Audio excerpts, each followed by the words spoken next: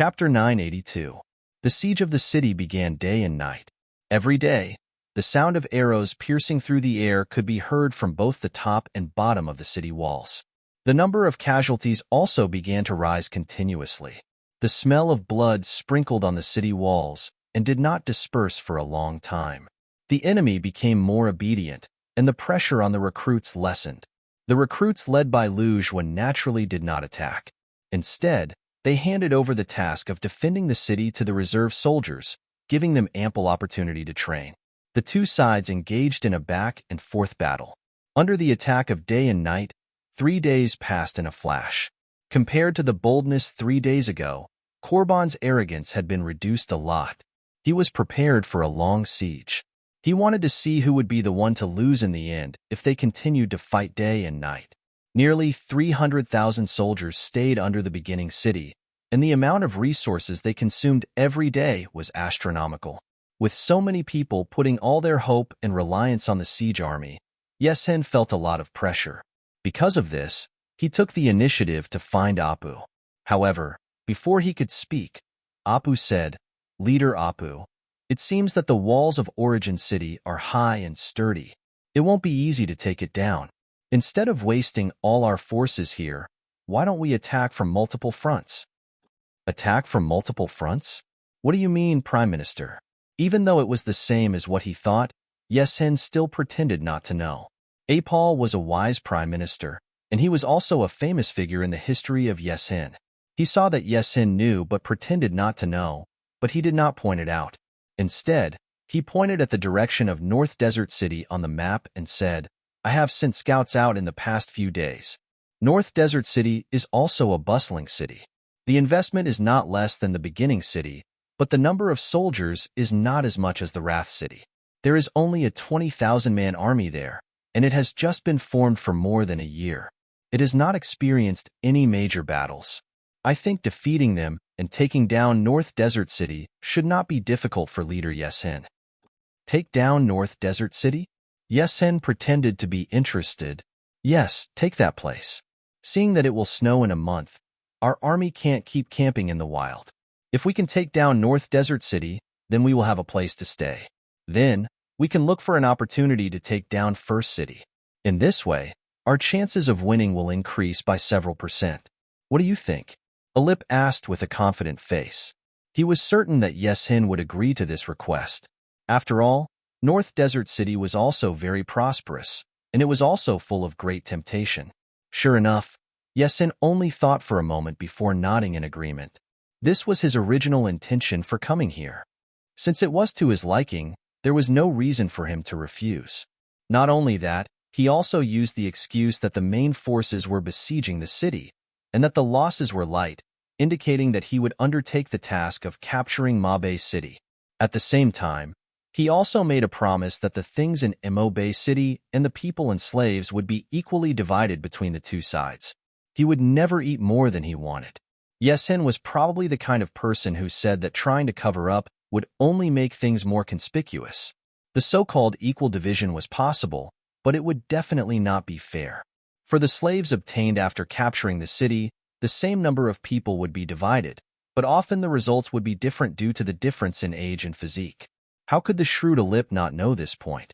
Considering that they were now allies, and North Desert City had not been captured, it was not a good thing to have a gap on the issue of benefits.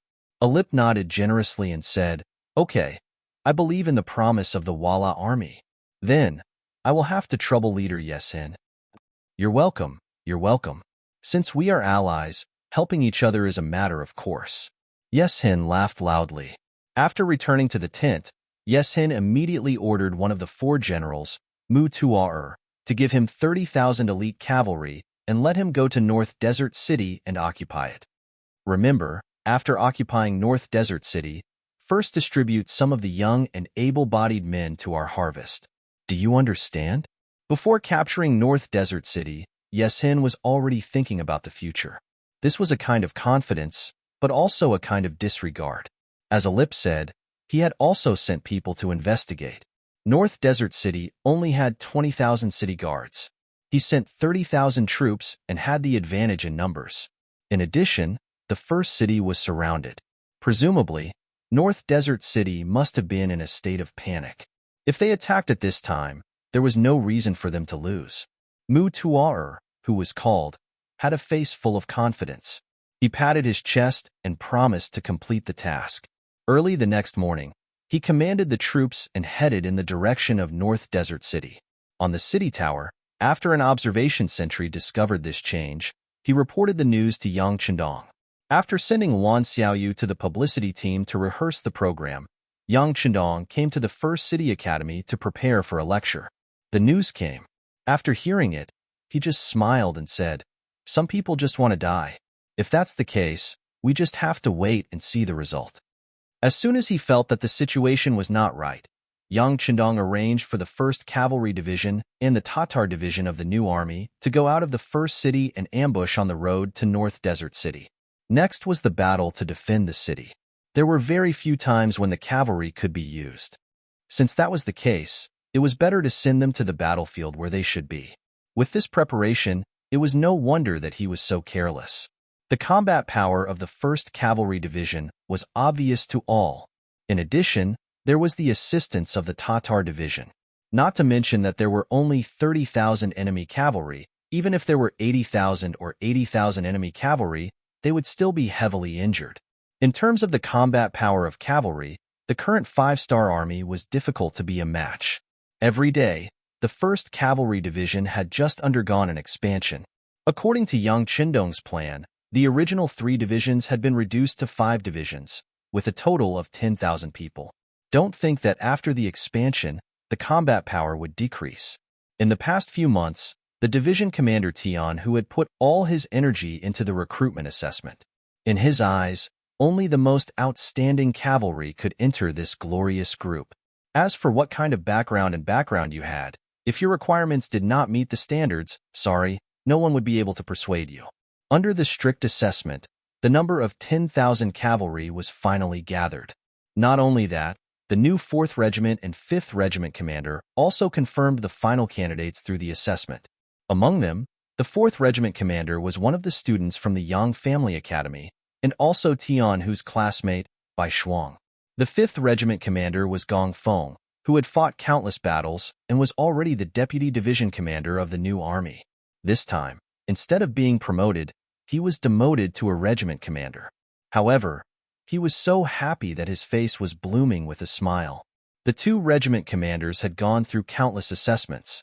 In the end, the other 3 regiment commanders also went on stage for a while before the final decision was made. Whether it was the individual quality or the military commanding ability, they had all been verified and the assessment results were excellent. Finally, the expansion of the 1st Cavalry Division was completed. They were eager for a big battle. They wanted to use victory to test their strength. In particular, the 6th young master, Tian, who had said that once the expansion of the army was completed, and the facts proved that the expansion was successful, he, as the division commander, would be awarded the rank of Major General for the first time. He would be the first person in the division to be promoted to Major General. Only being a Major General was not the final goal of Tian, who, but to be able to break the limit of being promoted to a Major General was something he looked forward to in his heart. Waiting always felt like a long time. Fortunately, the enemy did not let him down. The scouts in the front reported that the 30,000 cavalry of the Wara were coming. Looking from afar, smoke and dust covered the sky and the earth, and the sound of shouting was endless. "They're finally here." Under a big tree, the 5 regiment commanders who received the news all rushed over. Then they all looked at the division commander Tian, who with an expectant face, waiting for the military order. Under everyone's expectant eyes, Tian, who stood up straight and swept his eyes over the 5 regiment commanders one by one. "Prepare to act according to the previous plan.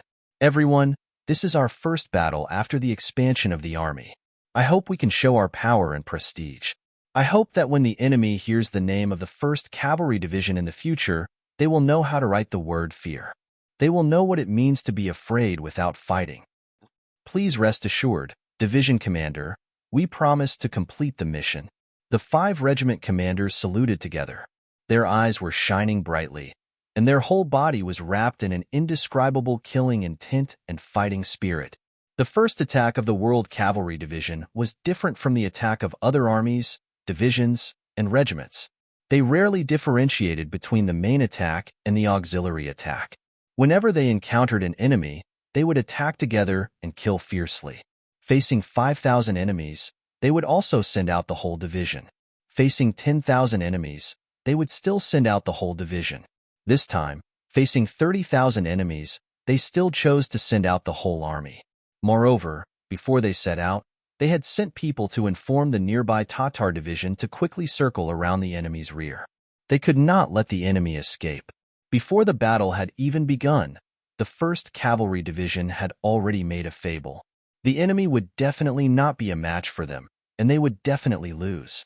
This was where their heroic spirit came from. After the division commander Tian who gave the order, the 5 regiment commanders led their soldiers to prepare for battle. While the other regiments were checking their horses and weapons, the 3rd Regiment was praying to the heavens. With Regiment Commander Hu Bo at the lead, they were the first to kneel on the ground, facing the direction where Tuachuo Buhua had died. Tuachuo Buhua had been surrounded by the Wara army after being broken by the 5-star army, and had died after being hit by over 50 arrows. When the news came back, the 6th young master had said that he would definitely take revenge. This was why Hu Bo and the other Tatar tribesmen had decided to surrender. The majority of the members of the 3rd Regiment were the 30,000 elite soldiers under Tuachuo Buhua. When they had chosen to join the 5-star army, one of the most important requirements was that one day, they would be allowed to take revenge for Tuachuo Buhua. On this point, Yang Chendong had also expressed his agreement. Chapter 983. Now that the opportunity had presented itself, they naturally had to inform Tuachuo Buhua of this news. After the ceremony, the 3rd Regiment Commander Hu Bo stood up and raised his saber, shouting to the Wala cavalry behind him, "Brave warriors, charge with me! Avenge the great Khan! Kill, kill, kill!" At this moment, shouts and roars filled the skies above the 1st Cavalry Division. 10 li away, in the midst of the charging Wala cavalry, General Mutuo couldn't help but shiver. A chill surged through his entire body. This caused him to habitually look around, but he didn't find any signs of the enemy. The sun hung high in the sky, shining down on people's bodies, giving them a scorching feeling. He chased away the chill. However, half an hour later, the same feeling appeared again. Just as the army was advancing, the scouts at the front suddenly reported that a large number of cavalry soldiers wearing the 5-star army uniform had appeared. There were about 10,000 of them. "You're here to seek death? Then I'll grant you your wish. Come, charge." When he heard that there were 10,000 enemies, Mu Tua's eyes flashed with disdain. From his point of view, the Vala cavalry was the most outstanding and elite of all cavalry units. 10,000 against his 30,000. It was no different from throwing eggs at a rock. Since it was a fat piece of meat in his hands, he naturally would not let it go.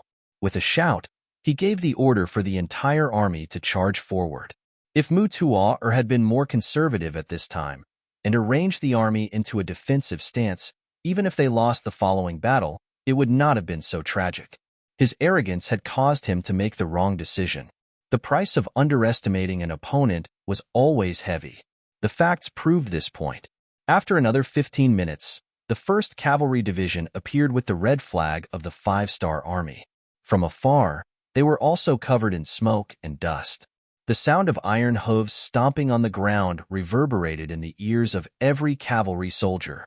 None of them were new recruits, and in such a situation, not only did they not feel afraid, some even felt their blood boiling, as if their adrenaline had increased by quite a bit.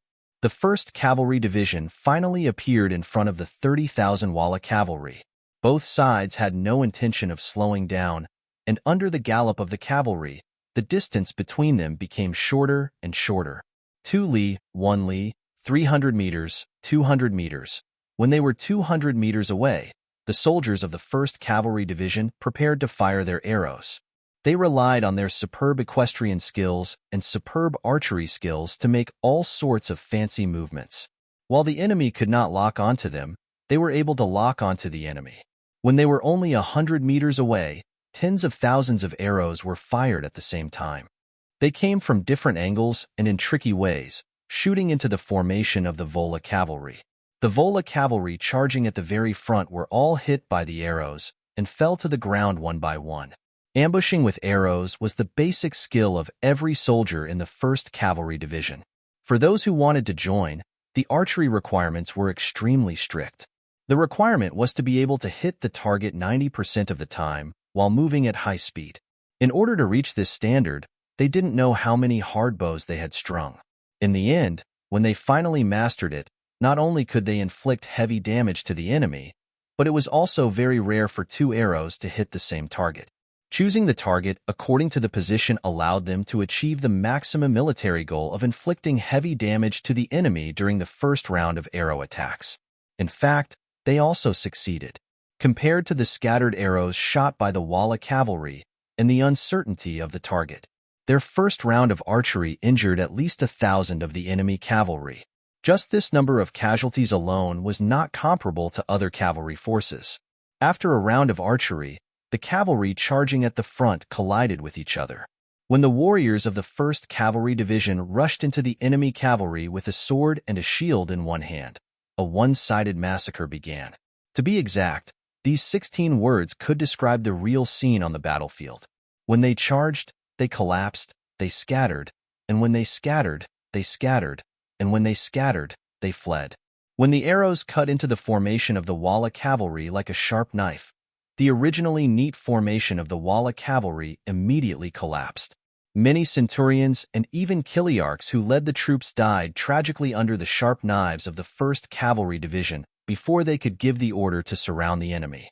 Without their commander, the Vala cavalry began to fall into chaos. When the second batch of soldiers from the 1st Heavenly Cavalry Division charged over, the Vala cavalry had already lost their formation. The only thing the Vala cavalry could do was either wait for death or turn around and flee. In a cavalry charge, the most effective way to exert one's full strength was to continuously charge.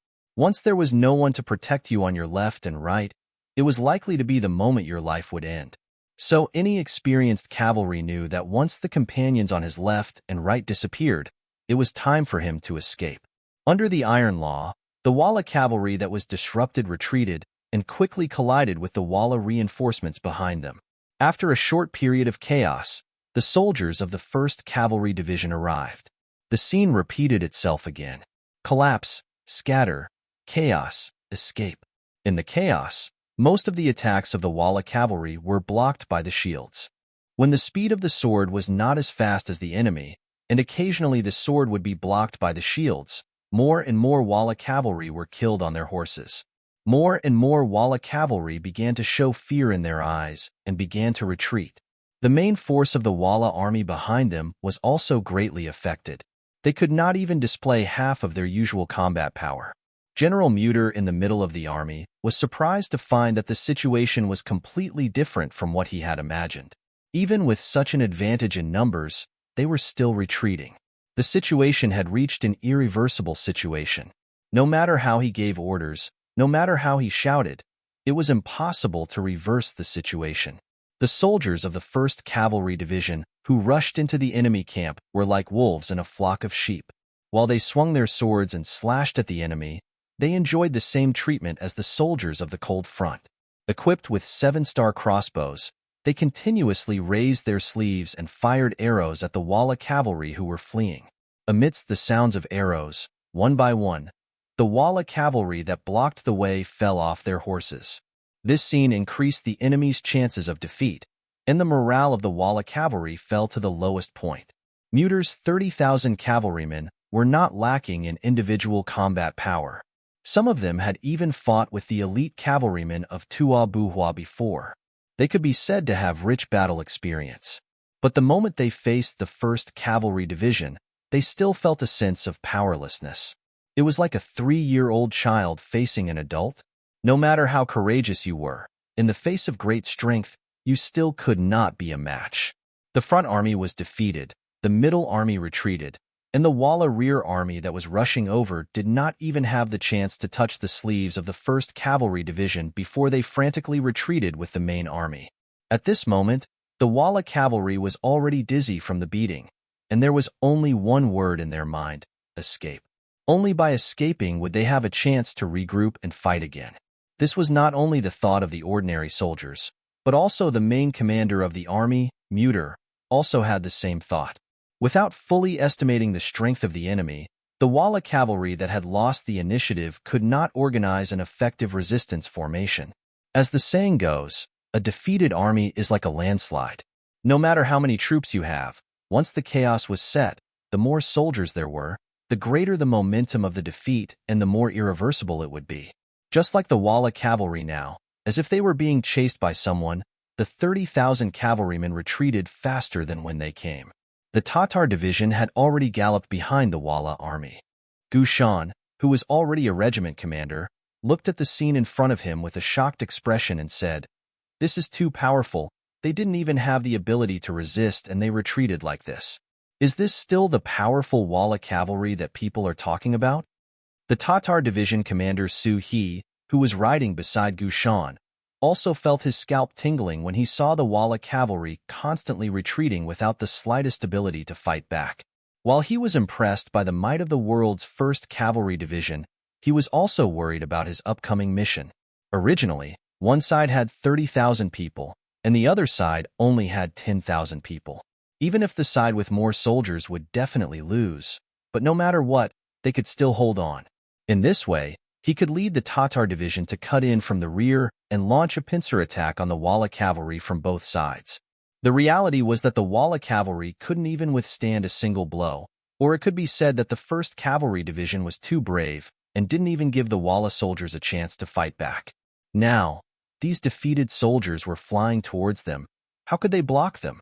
In the face of a cavalry that had completely lost their fighting spirit and had already retreated in defeat, anyone who stood in their way would have to bear extremely heavy pressure. Suhi was naturally clear about this.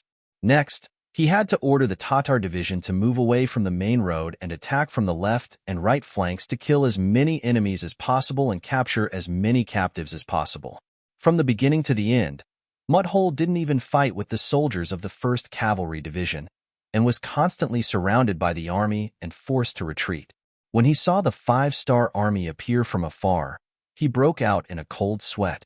If it was a normal time, he would consider what formation to use to attack or find the enemy's weak point. But now, the army was only constantly retreating, and no one would listen to his orders. The only thing he could do was to retreat with the army. As for how heavy the casualties would be after being blocked by the 5-star army, it was no longer something he could consider or change. Just like that, the Walla cavalry paid the price of heavy casualties and charged towards the arrows of the Tatar cavalry division. Countless cavalrymen and horses were shot and fell to the ground on the battlefield. Next, the 1st Cavalry Division and the Tatar Division joined forces and madly charged for more than 10 miles until there were too many captives kneeling in front and behind them. Only then did they have to give up the chase and turn around to clean up the battlefield. On the battlefield where close to 50,000 cavalrymen charged, the battle ended in just a little over 2 hours. Everything was like a joke. One side was brave and invincible, while the other side was powerless. After spending a full 8 hours, the battlefield was cleaned up at night and the results were tabulated. In one battle, they killed more than 4,000 enemies and captured more than 20,000. In the end, only Mutuo escaped the battlefield with 5,000 cavalrymen. For this, the 5-star army paid a very small price. The number of casualties didn't even reach 50. This battle fully displayed the invincibility of the 1st Cavalry Division. Even Division Commander Tion, who couldn't help but have a victorious smile on his face. He knew that not long after, his epaulette would be changed from 24 cents to a golden P. As for Mutuo, even if the 5-star army stopped chasing, he still ran with his 5,000 cavalrymen for more than 10 miles before stopping. He had no choice but to stop. After running for so long, he was tired and had no energy left to run. No one is chasing us, right? Mutuo jumped off his horse and casually sat on the ground. He still had a guilty expression as he looked at the darkness behind him. There shouldn't be anyone chasing after us. We can't hear the sound of iron hooves, one of the 1,000-man commanders said with lingering fear as he glanced behind him. Chapter 984. It's good that they didn't chase after us. It's good that they didn't chase after us. At this moment, Mu-Tuo felt as if a heavy burden had been lifted off his shoulders, and he no longer looked like the brave general of World of Wara. Finally safe, Mu-Tuo panted for a while before calming down. Then, he called a few of the Kiliarchs who escaped with him over and asked, "How many enemies do you think there are this time?" "About 20,000, I think." A straightforward Chiliarch blurted out without thinking. As soon as he said that, Mu-Tuo's face showed a very serious expression, and he seemed a little unhappy. "I think there are at least 40,000. Another Chiliarch noticed the change in Mu-Tuo's expression and quickly expressed his opinion. "I think there are 70 to 80,000. Or else how could our 30,000 army be defeated so quickly?" As soon as the number of 40,000 was mentioned, another Chiliarch voiced a different opinion. Until now, Mu-Tuo's expression became a lot friendlier. "I think there are about 70 to 80,000. We fought for 2 days and 2 nights in this battle, and in the end, we damaged more than 50,000 of the enemy's cavalry. After that, we still had to retreat because we didn't have enough troops. Isn't that right, everyone?" This was a blatant lie. Mu-Tuo's usual personality was not like this, but he could not explain himself to Yesin after being defeated, so this was the only way he could come up with to explain everything. This way, not only would he not be at fault, but he would also be rewarded. The general had set the tone, and the other Kiliarchs did not want to be implicated by the defeat, so after a slight hesitation, everyone agreed to this fabricated fact. Soon, they called the Kiliarchs and Centurions to agree on the same statement. A great defeat was described as a great victory, and this was considered a kind of art of war. Outside the beginning city, the attack was still ongoing. This was already the 12th consecutive siege.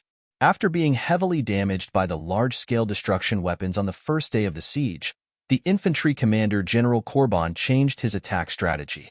Each time, he would send at most 2,000 men to each side of the city wall, and with such a scale, both sides fought back and forth, with no clear winner. There were even a few times when they almost reached the top of the city wall. Under the repeated hope, Korban grew more and more tormented between hope and disappointment. When he had nothing else to do, he made a conclusion and was surprised to discover a fact. The defense of the 5-star army seemed to be sometimes strong and sometimes weak. Every 3 days, the defense would weaken, and then it would strengthen day by day. On the 4th day, there would be another fact that the defense would become weak and strong. Korban could not understand why things had turned out this way. The only thing he could do was to continue attacking the city, paying a heavy price while trying to whittle away at the enemy's strength. Didn't the scout already say that? The enemy in the beginning city only had 40,000 soldiers. Even if he had to sacrifice 2 or even 3 of them, the final victory would still belong to him. Korban's is a good idea. But he did not know that the reason why he felt that the defense was strong and weak was because the soldiers guarding the city changed every 3 days. In the 12th day of the siege, the 5-star army had changed 4 batches of veteran soldiers, and the new soldiers who had experienced the 3-day siege had completed the process of metamorphosing into veterans and then reported to the new Second Army. And from start to finish, the new Second Army's main force had not been mobilized. Unable to know the specific situation in the city, Korban could only probe again and again. Then, another 10 days passed, and the 5-star army defending the city was still weak and strong at times, and no one could find the reason. Korban, however, was surprised to find that he only had 10,000 men left. After 22 days of siege, the original 50,000 soldiers were either dead or injured, and now there were only 10,000 who were healthy. He finally had to find Prime Minister Alip and ask for reinforcements. He did not expect the Korban to be so difficult to attack. At first, he said that he would take the outer city in 3 days, but it had only been 3 days, and not only had he not taken it, but he also did not have enough soldiers to attack the city. This made Alip very unhappy, but he could not think of a better way at the moment. So he had no choice but to replace the 20,000 cavalry with infantry and hand them over to Korban. Just as Alip was done with this, another message came, and the 30,000 cavalry sent by the Wara had returned. But only 5,000 of the 30,000 returned, which meant that they might have been defeated when they attacked North Desert City. Muther had returned. He could have returned a few days earlier, but in order to show that he had indeed fought a hard battle with the 5-star army, he deliberately delayed it. This time, he was summoned by Yesin for questioning as soon as he returned to the camp. What happened? I gave you 30,000 cavalry, and you only brought back 5,000 men. I want an explanation. Yeshin's eyes were cold, and if Muther answered wrong, he would raise his butcher's knife and start a massacre. Thinking that it was fortunate that he had prepared in advance, Muther tried his best to act as calm as possible and told the lie that he had made up earlier. After he was done, he even put on a mournful expression and said, "Lord Leader, this is all because the scouts' information was not good. That's why we suffered such heavy losses. 80,000 5-star army. Where did they come from?" Yesin, who was frowning after hearing Muther's explanation, was also stunned. Since when did North Desert City have so many 5-star army? If that was the case, 30,000 against 80,000, and 5,000 managed to escape after wiping out 50,000 of the enemy's cavalry, it was not a small victory. I don't know. Mutuo shook his head innocently. Then, according to what he thought before, he pretended to be aggrieved and said, "Leader, do you think the war god has transferred the main army to North Desert City and left some infantry in the beginning city?" Oh, as the saying goes, one sentence can wake a person from a dream. He was instantly woken up by such a sentence. Thinking about it carefully, this idea was not unreasonable. More importantly, there was no other explanation other than this. Okay, I understand. I will immediately meet with Apu and tell him the details. In order to shirk responsibility, Muther came up with this excuse to facilitate Yesin and Apu's meeting again, and at the same time, it sped up the destruction of the allied army. In the main tent, Yesin invited Apu and told him what happened to Muther, as well as his conjecture. "Prime Minister, it seems that our previous estimation was wrong. The cavalry of the 5-star army is not in the beginning city. They only left behind infantry. This can also explain why we failed to attack the city and why we were defeated when we sent troops to North Desert City." Yeshin's words were reasonable, and the smart Apu was also misled into making the same judgment. Yes, that should be the case. It's just that the walls of the beginning city are high and strong. Even if they are infantry, what can we do if we can't break in? Seeing that Apu agreed with his judgment, Yesin was very proud. In his eyes, Apu was very smart, and even he agreed with his judgment. There should be no 5-star army cavalry in the city. If that's the case, the previous military plan should also be changed. Prime Minister, this leader knows that you did your best, but as you said, when the war god built the beginning city, he probably considered the safety of the city, so it won't be easy to attack them. Since that's the case, we need to think of another way.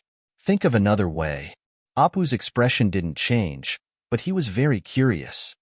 But I don't know what the leader has in mind. Haha, I have some ideas, but I don't know if it will work or not. I still need to ask the Prime Minister to give me some pointers. Yesin chuckled. He did have a bold idea, and he wanted to show it off in front of Apu. The leader's idea can't be wrong. I'd like to hear the details. Apu saw that Yesin was keeping him in suspense, so he simply satisfied the other party's request and said these words with a pleading expression. Apu's attitude was so humble that Yesin was full of pride. He immediately laughed and said, "This is what I think. Attacking the beginning city with ladders is far from enough. Since that's the case, it's better to go to Ming and get some cannons. With the help of these cannons, attacking the beginning city will be twice the result with half the effort. When the beginning city is in danger, the 5-star army cavalry in North Desert City will have to reinforce them. At that time, we only need to attack them halfway, and our plan will be successful. The encirclement is fake, and attacking the reinforcements is real?" Apu's brain turned very quickly, and he immediately pointed out the core of the problem.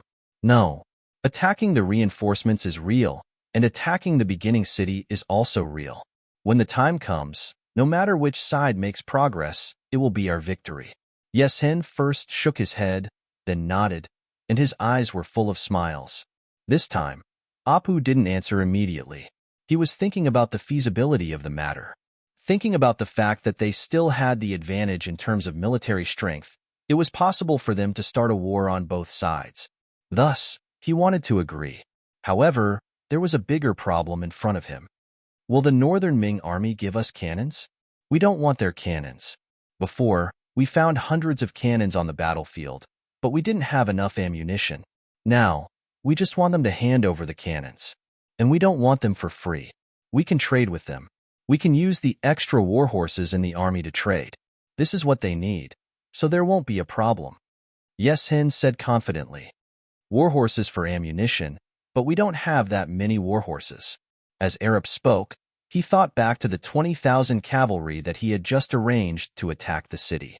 Could it be that he had also planned to use his 20,000 war horses first? Chapter 985. Yes-Hin chuckled and looked at Alip with ill intentions and said, Prime Minister, I heard that in order to capture the first city, you have ordered 20,000 cavalry to be converted into infantry. Doesn't that mean that you have 20,000 war horses? Of course, I won't take it for free. I've heard that there's a large horse farm in the south of the beginning city. There are hundreds of thousands of war horses in there. After we take down the city, I'll allow your army to pick 40,000 war horses first. How about that? As if worried that Alip would not agree, Yes-Hin directly offered double the price, and then looked at the other party with an expectant look. Yes-Hin believes that this price will be able to move the other party. Alip only pondered for a moment before he nodded and agreed. These 20,000 war horses are indeed useless now. If that's the case, it's better to take them out to make a deal. Once they succeed, they will get more. Moreover, he also hopes to get the help of artillery. Otherwise, he really doesn't know when they will be able to capture the first city. After convincing Alip, Yes-Hin called one of the 4 generals, Tang Shu, and asked him to take 10,000 people to Sambuchuan City to make a deal. Remember, 20,000 war horses in exchange for all the artillery shells in the city. Yes, Prime Minister. But what if they don't trade with us? Tang Shu asked. Tell them that the artillery is used to deal with the first city. Now we are all grasshoppers on the same rope. If the 5-star army is fine this time, I'm afraid that they will inevitably come to the 5-star army to settle the score. If they don't want to see such a result, it's better for them to obediently make a deal with us. And if they are unmoved, tell them that we will ally with Yangchendong. They can think about the consequences themselves. Yes-Hin pulled a long face and said in an unfriendly tone. Tang Shu left, but to his surprise, the deal went very smoothly. It's probably because the person in charge of Sambuchuan City is now Deng Chong. Since the red barbarian cannons were no longer available, there was no need for him to keep the cannonballs. He might as well give them to the Ministry of Wara in exchange for war horses. The two sides were trading under the city gate. When the 20,000 horses were involved, it caused quite a commotion. Many people in Sambuchuan knew about it. Shi Wanshan and the other generals also knew about it. However, they were under house arrest and couldn't do anything. The members of the Security Bureau in Sambuchuan City heard about this matter. Considering the importance of this matter, they used the radio station to send the news to Shicheng. When Yang Chenong saw this news, Wang Shan not only sent this telegram, but also one about Haiwu Division. He Gong, the commander of the 5th Division of the Navy's Cold Front, called. They had already passed through the Liaodu area and were now heading towards the first city. It's better to come at the right time. Yang Chendong looked at the telegram, which could be described as timely rain, and laughed heartily. Since the other party wanted to play with firearms, then he would let everyone know who the originator of firearms was. In front of Shicheng, Yes-Hin and Ali Pu began to mobilize their troops. Each of them sent out 50,000 cavalry. A total of 100,000 cavalry were stationed in the northwest of Shicheng. They were waiting for the arrival of the 5-star army's main cavalry. But at the same time, thousands of miles away in the south, a force of 6,000 cavalry appeared in the Shirha River in the north of Ili. They were carrying the banner of the 5-star army. With General Narasong as their commander, they were quietly crossing the river. This was a surprise attack that Yang Chendong had arranged before the war. They crossed the mountains and came to the periphery of Ili from another direction. Next, they would launch an iron-blooded attack to take revenge for Ali Pu's attack on Shircha. The telegram operator put away the telegram, came to Narasong and saluted. Deputy Division Commander Narasong, the 6th young master has called. He agreed to let us enter Ili and attack their hinterland. He asked us to create enough momentum. Haha, call back the sixth young master. We promise to complete the mission. Na Raizong laughed excitedly. He turned around to look at the cavalry troops crossing the river and shouted, "Brothers, let's work harder. In at most 2 days, we will be able to pull out our sabers and slaughter them all." Ha ha ha. Saihan Mountain.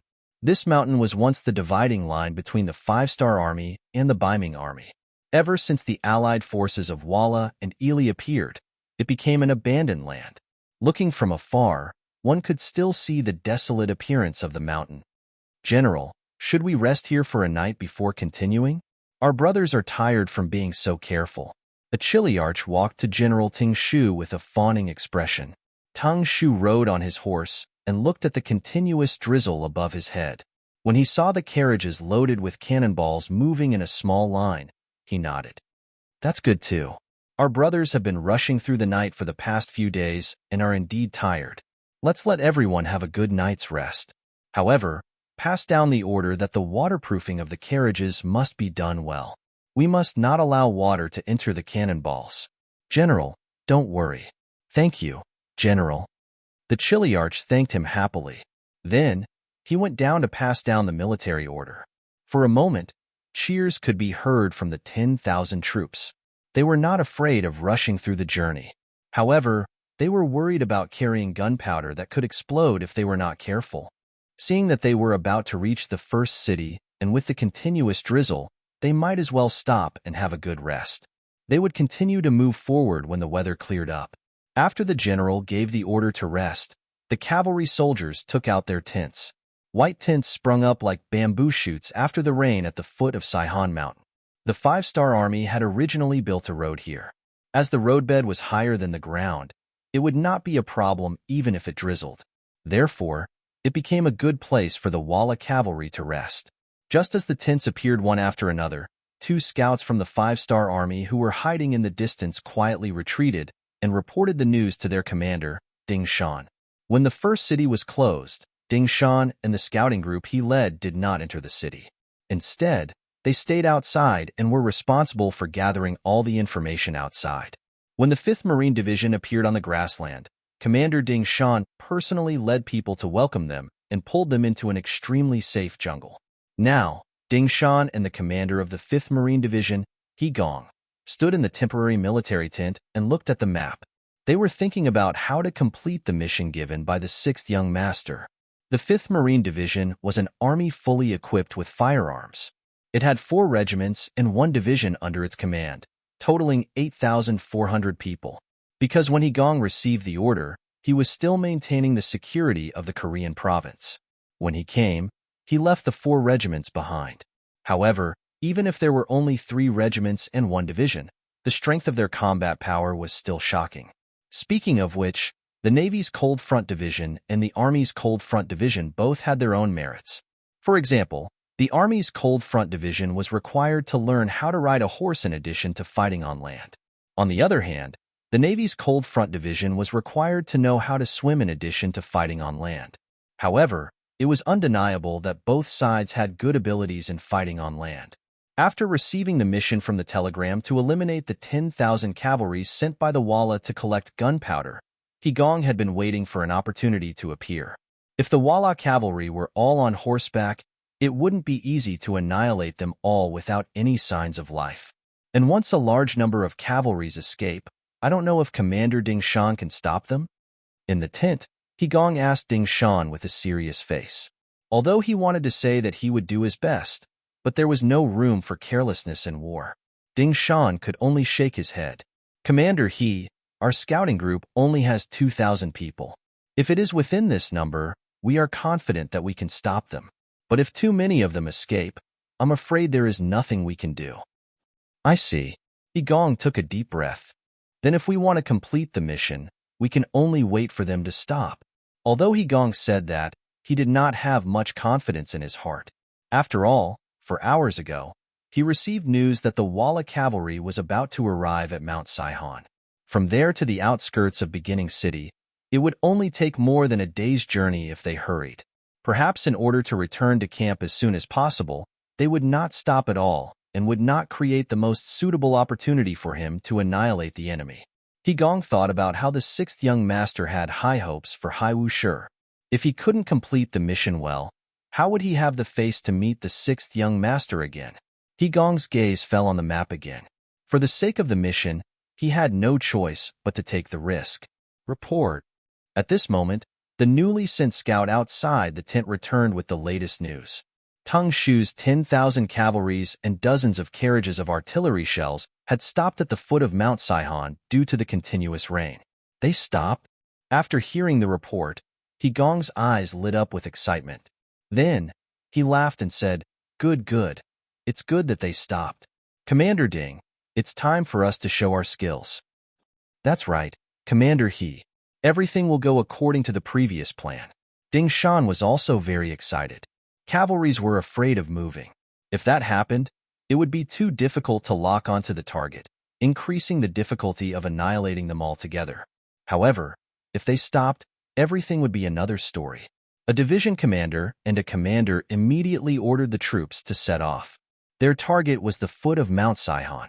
At the foot of Mount Saihan, the 10,000 cavalries led by Teng Shu did not know that they had become the target and prey.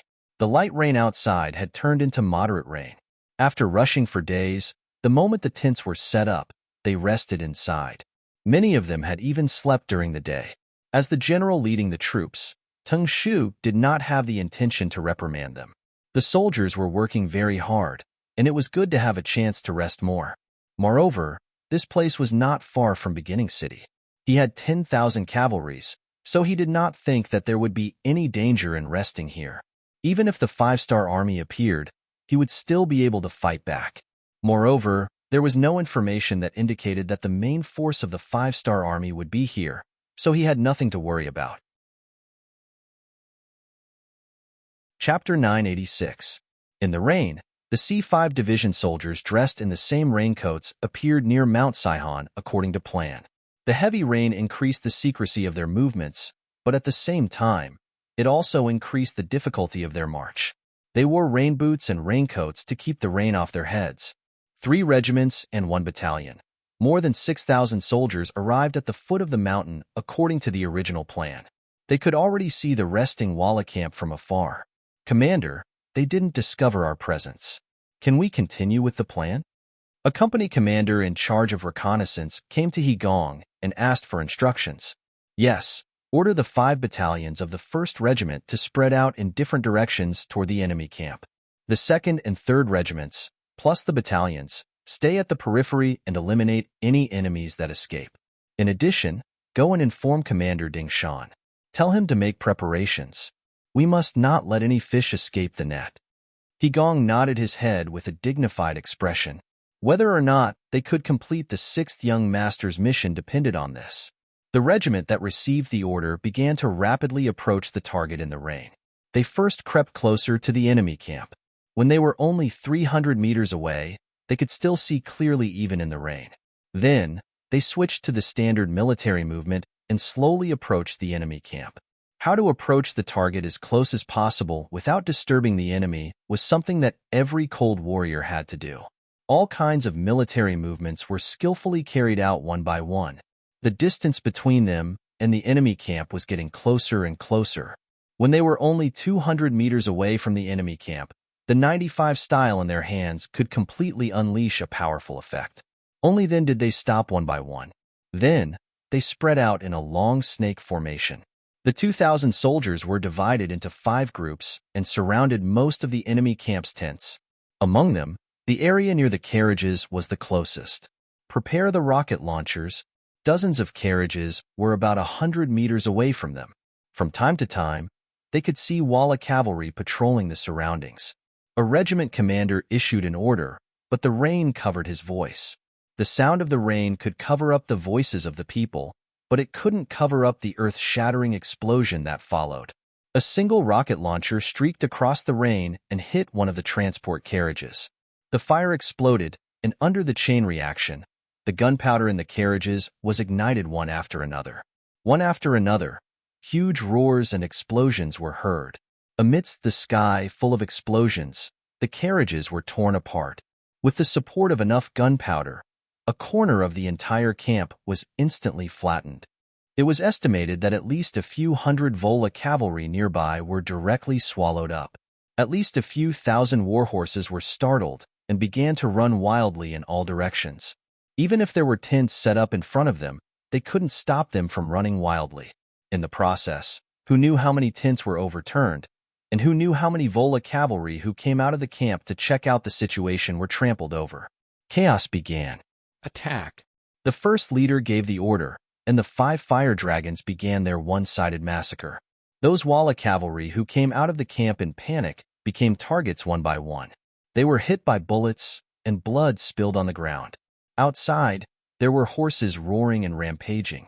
Inside, there were bullets passing by, taking away people's lives. Tung Shu, who was in the main tent, panicked. At this moment, his face was pale, and he looked nervous. He suddenly reached out and grabbed a captain who was running in front of him and asked, "What's going on? What happened?" "General, I don't know. Everything is a mess. Mrs. Chin's face was full of panic. The fire just now was too dazzling. Under the deafening sound, her ears were still a little deaf, and she couldn't hear what others were saying. Don't panic. The explosives are destroyed. This is clearly done by the 5-star army. We have to find a way to kill our way out and tell the leader about this. In this way, gather the cavalry. Their main force is either blocked in the first city or North Desert City. It is impossible for any army to appear here." Tung Shu was worthy of being one of the 4 generals chosen by Walla. Soon, he became clear-headed, and then he kept shouting to reorganize the army's morale. The most important thing for an army was the stability of the army's morale. As long as the morale of the army was still there, they would have the power to fight and have the possibility of turning defeat into victory. Tung Shu's shout quickly gathered several captains, dozens of captains, and a cavalry team of 5,000 to 6,000 people began to gather. When these people found their horses and stood with their swords, Tung Shu, as the main general, didn't have the slightest hesitation, and he didn't have the intention to wait for the others. He looked at the direction of the first city and swung his sword. The target is the first city. All troops attack. A regiment of cold front warriors used a surprise attack to stop the enemy that was twice their number. When nearly 6,000 Walla cavalry rushed out of the camp, the real resistance began.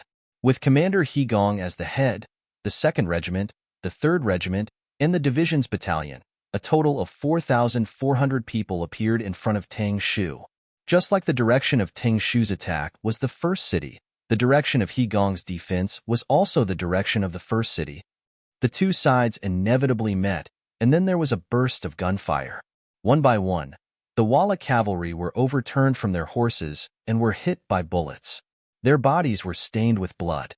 The brave and good cavalry didn't even see the shadow of their opponents. They fell from their horses and went to see the Tungri that they believed in. The sound of gunfire burst out, and the cavalry fell on the charging road with blood. However, at least half of the cavalry rushed out of the encirclement. This was the advantage of the cavalry. Their speed was extremely fast, especially when they had a clear target. They could completely ignore the blockade of guns and rush out. Fortunately, Commander He Gong had already anticipated this possibility. He Gong had set up a total of 3 blockades. Just now, the enemy only broke through the 2nd Regiment's blockade. Then, the cavalry rushed out and met the 3rd Regiment's soldiers. Gunfire sounded again and countless lives were lost. Under the 2nd blockade, more than 3,000 cavalry left half of the corpses. When they rushed to the 3rd blockade, Teng Shu had less than 2,000 cavalry with him. Commander He Gong didn't hesitate to lead the division's battalion to open fire. Among them, there were as many as 6 machine guns. They formed a bullet net and blocked the direction of the enemy's advance. One of the machine guns was aimed at Teng Shu and his warhorse. Unlike the clash between cavalry, Teng Shu had close to 100 bodyguards around him.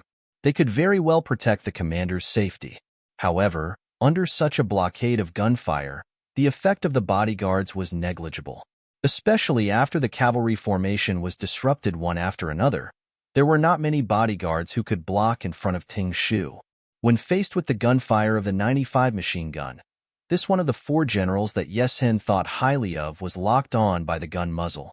The bullets mercilessly shot into his body, causing Ting Shu, who was still lying on the horse, to tremble involuntarily. Just like the old saying, no matter how good one's martial arts were, one was still afraid of a kitchen knife. In the face of bullets that were many times more lethal than kitchen knives and bullets, the so-called kung fu became a joke. There wasn't even time for you to show off your knife skills. General Ting Shu was shot and fell off the horse. Even at the last moment before his death, his gaze was still looking in the direction of First City. His eyes were filled with unwillingness. Ting Shu was dead, but there were still many cavalry who rushed out of the blockade. There were about 1,000 of them. Their lives would be left to the reconnaissance group at the last layer of defense. The leader of the reconnaissance group, Ding Shan, had already gathered 2,000 soldiers under his command and was ready for battle. When he saw nearly 1,000 panicked enemy cavalry rushing out, he did not hesitate to wave his sword to meet them. The final massacre began. Those who could become scouts were originally outstanding talents in the army. It was no exaggeration to say that in order to gather the 2,000 people of the reconnaissance group, Ding Shan's efforts were no less than that of Division Commander Tian, who of the 1st Cavalry Division. Therefore, when the morale, ability, individual quality, and number of soldiers were inferior, the result of 2,000 against less than 1,000 was already destined. The 3-3 military formation played a great role. One by one, the Walla cavalry was entangled, surrounded, and killed. After more than 2 hours, the battlefield returned to calm. The 10,000 Walla cavalry, under the strict military plan, did not escape in the end. According to the previous agreement, they still had important things to do next.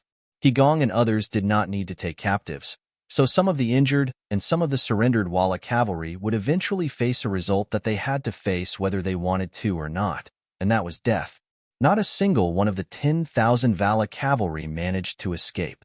Even the General Ting Shu died in battle. Division Commander Gong and Commander Ding Shan looked at the expected result. The two of them breathed a sigh of relief. In the end, they did not disappoint the 6th young master's hope and completed the mission. Okay, immediately send power to the 6th young master. The matter is done. We will continue to complete the mission according to the plan. After giving the order to the electrical operator, Gong looked at Ding Shan and said, Commander Ding, the uniforms and other things are ready, right? It's all ready. Ding Shan stood at attention and replied, Good, then we will proceed according to the plan. Gong nodded and began to instruct the soldiers to dig a large hole. This time, it was not an easy task to bury 10,000 enemy corpses. More importantly, while burying the corpses, they had to mix in some of the northern Ming army's uniforms. That's right, they had to frame the Walla army and create a false impression that the Ming army was the doing of the Walla army to destroy their so-called alliance. The rain continued for 2 days and 1 night, and finally, it cleared up again. The attack under the beginning city began again. After a series of unsuccessful attacks, Korban helplessly went to Prime Minister Arip and asked him where the Ming army's red coat cannons were transported to. Chapter 987. Alip then went to the Walla army's main tent and met with Chief Yesen. Chief, the beginning city's walls are high and sturdy. If it weren't for the heavy weapons, we wouldn't have been able to fight this battle. But I wonder where the northern Ming artillery shells that we need have been transported to? Aya, Prime Minister, I'm also worried about this matter. Yesen said with an ugly expression. According to General Ting Shu's previous report, they should have arrived at the barracks yesterday. However, due to the rain, they might have arrived a day or 2 later. But it doesn't matter. Now that the rain has stopped and I've sent out a team to receive them, the shells should arrive at the barracks soon. When that time comes, I'll inform you immediately. How about that? Seeing Yeshen's words, Alip couldn't force him anymore. He could only nod. All right, since that's the case, I'll wait here for your good news. Haha, there will definitely be good news, Yesen said confidently. But soon, news came that the cavalry had gone to receive them. However, even after rushing to the foot of Saihan Mountain, they still didn't see anyone. That's impossible. When the news was reported to the main tent, Yeshen's eyes flashed with worry, but he would never admit it. You must have gone the wrong way and missed General Ting Shu. How about this? Send more people to search. Search inch by inch. Don't let go of any suspicious places. After many years of leading troops, Yeshin knew very well what it meant to have an accident on the battlefield. However, Ting Shu had 10,000 cavalrymen with him. How could he disappear without a trace? There must be a problem somewhere. The fact soon proved Yeshin's guess. After the scouts received the order, they searched carefully and found that the soil at the foot of Saihan Mountain was very loose. With suspicion, they dug up the soil and revealed the corpses of the 10,000 cavalry soldiers. The news was quickly reported to Yeshin. He was shocked and asked someone to invite Alip to discuss the matter. After all, the other party had sacrificed 20,000 war horses. An explanation had to be given. After Prime Minister Alip received the news, he quickly came to Yeshin's main tent. As soon as he entered, he lost his usual calmness and asked anxiously, "Chief, what happened? I heard that General Ting Shu and the others are in danger?" "Yes." Yeshin lowered his head. His face was heavy with anger. "What's going on? We spent 20,000 war horses to exchange for those shells." Alip saw Yeshin admit everything and questioned him. This time, he had been waiting for these cannons to be used as an emergency. Now that he was told that there were no more, what was he supposed to do next? Seeing that Apu wanted to condemn him, he raised his head and said with a displeased expression, "Prime Minister, please remember, not only did we lose 10,000 horses, we also lost 10,000 cavalrymen. In terms of losses, our losses are much greater than yours." When Yeshin got angry, Alip realized that there was something wrong with his attitude. His tone softened a lot. "Yes, I deeply sympathize with your heavy losses. But what's going on? No matter what, there needs to be an explanation. That was 10,000 cavalry soldiers. How could they be wiped out just like that? What's more, no one came back. This is too abnormal." "It's indeed abnormal." Yeshin agreed with this point of view. Then he asked with a trace of suspicion, "Prime Minister, do you think it was done by the Five-Star Army?" "Five-Star Army?" Alip was stunned at first, then he shook his head and said, "Didn't we already confirm that their main force is in the direction of North Desert City and Beginning City? How could they have the strength to arrange an ambush in the south of Beginning City? If they really have such great ability, then why would they defend the city?" "I don't think so." Alip was a smart person. Normally, he wouldn't directly express his opinion on some things. But as long as he understood the situation in front of him, he could see that the Five-Star Army was already weakened. They didn't have the strength to fight back. He wasn't the only one who thought this. Yeshin also had the same idea. It's just that he couldn't think of any other reason, so he just casually probed. When he heard Alip's answer, he nodded and said, "Yes, the Five-Star Army shouldn't have the strength to do so." Although the 10,000 cavalry soldiers led by Ting Shu weren't the most elite force, they weren't just for show. To kill all of them without leaving a single one alive, it would take several times the number of soldiers. The Five-Star Army doesn't have the strength to do so. After eliminating the possibility of the Five-Star Army committing the crime, Alip and Yeshin separately thought of another force, which was the Ming Army. Comparatively speaking, Saihan Mountain wasn't far from Tulu City. They had also heard that the 200,000 reinforcements of the Ming Army had arrived from the capital. Could it be that they suddenly attacked and killed Ting Shu and the others? Although they were allies now, when there was a conflict of interests, anything could happen. That was 10,000 Walla cavalry with 10,000 war horses. In addition, there were so many artillery shells. It wouldn't be strange for them to do anything. As the saying goes, there are no eternal enemies or friends, only eternal interests. For the sake of interests, who could say for sure what the Ming Army would do? Just when the two smart people had their suspicions, but they still lacked evidence. The scout who had gone to investigate the corpses had returned with the evidence they wanted. It was a small number of Ming Army uniforms found in the graves. But because the enemy was afraid of leaving evidence behind, they had set the bodies on fire. Even the corpses were in tatters, and it was impossible to see how they had died. Even the Ming Army uniforms were in the hands of the Walla cavalry, leaving behind some evidence and hope. "Bastard, I didn't think they really did it." Yeshin angrily slammed his fist on the wooden table in front of him. He had already guessed before, and now that there was evidence, he no longer doubted it. Alip was also angry. Although it didn't seem right that the Ming Army would take such a huge risk for 10,000 war horses, the reality was that the facts were right. However, the truth was right there, and he had no choice but to believe it. Then there was a problem. The Ming army had already made a move behind them, so they were no longer safe. Between the Ming army and the five-star army, they could be attacked from both sides at any time. If that was the case, they had to take action. Otherwise, it would be too late once the situation was settled. What should we do? Do we still need to send people to Tulu City to investigate the situation? Yes, Hen asked conservatively. Tulu City has been sealed off for a long time. Our people couldn't get in before, and now something like this has happened. Even if they could get in, they probably wouldn't let them out. This kind of investigation is meaningless. Apu shook his head. With his foresight, he believed that all investigations were unnecessary. On the contrary, doing this would only delay the army's retreat. That's right, then what should we do? Retreat? When he said this, Yeshin's voice carried a hint of unease. We will retreat. But before we leave, we have to take some things with us. I've already sent people to check. Some of the more than 300,000 mu of grain fields in the north of the origin city have already ripened.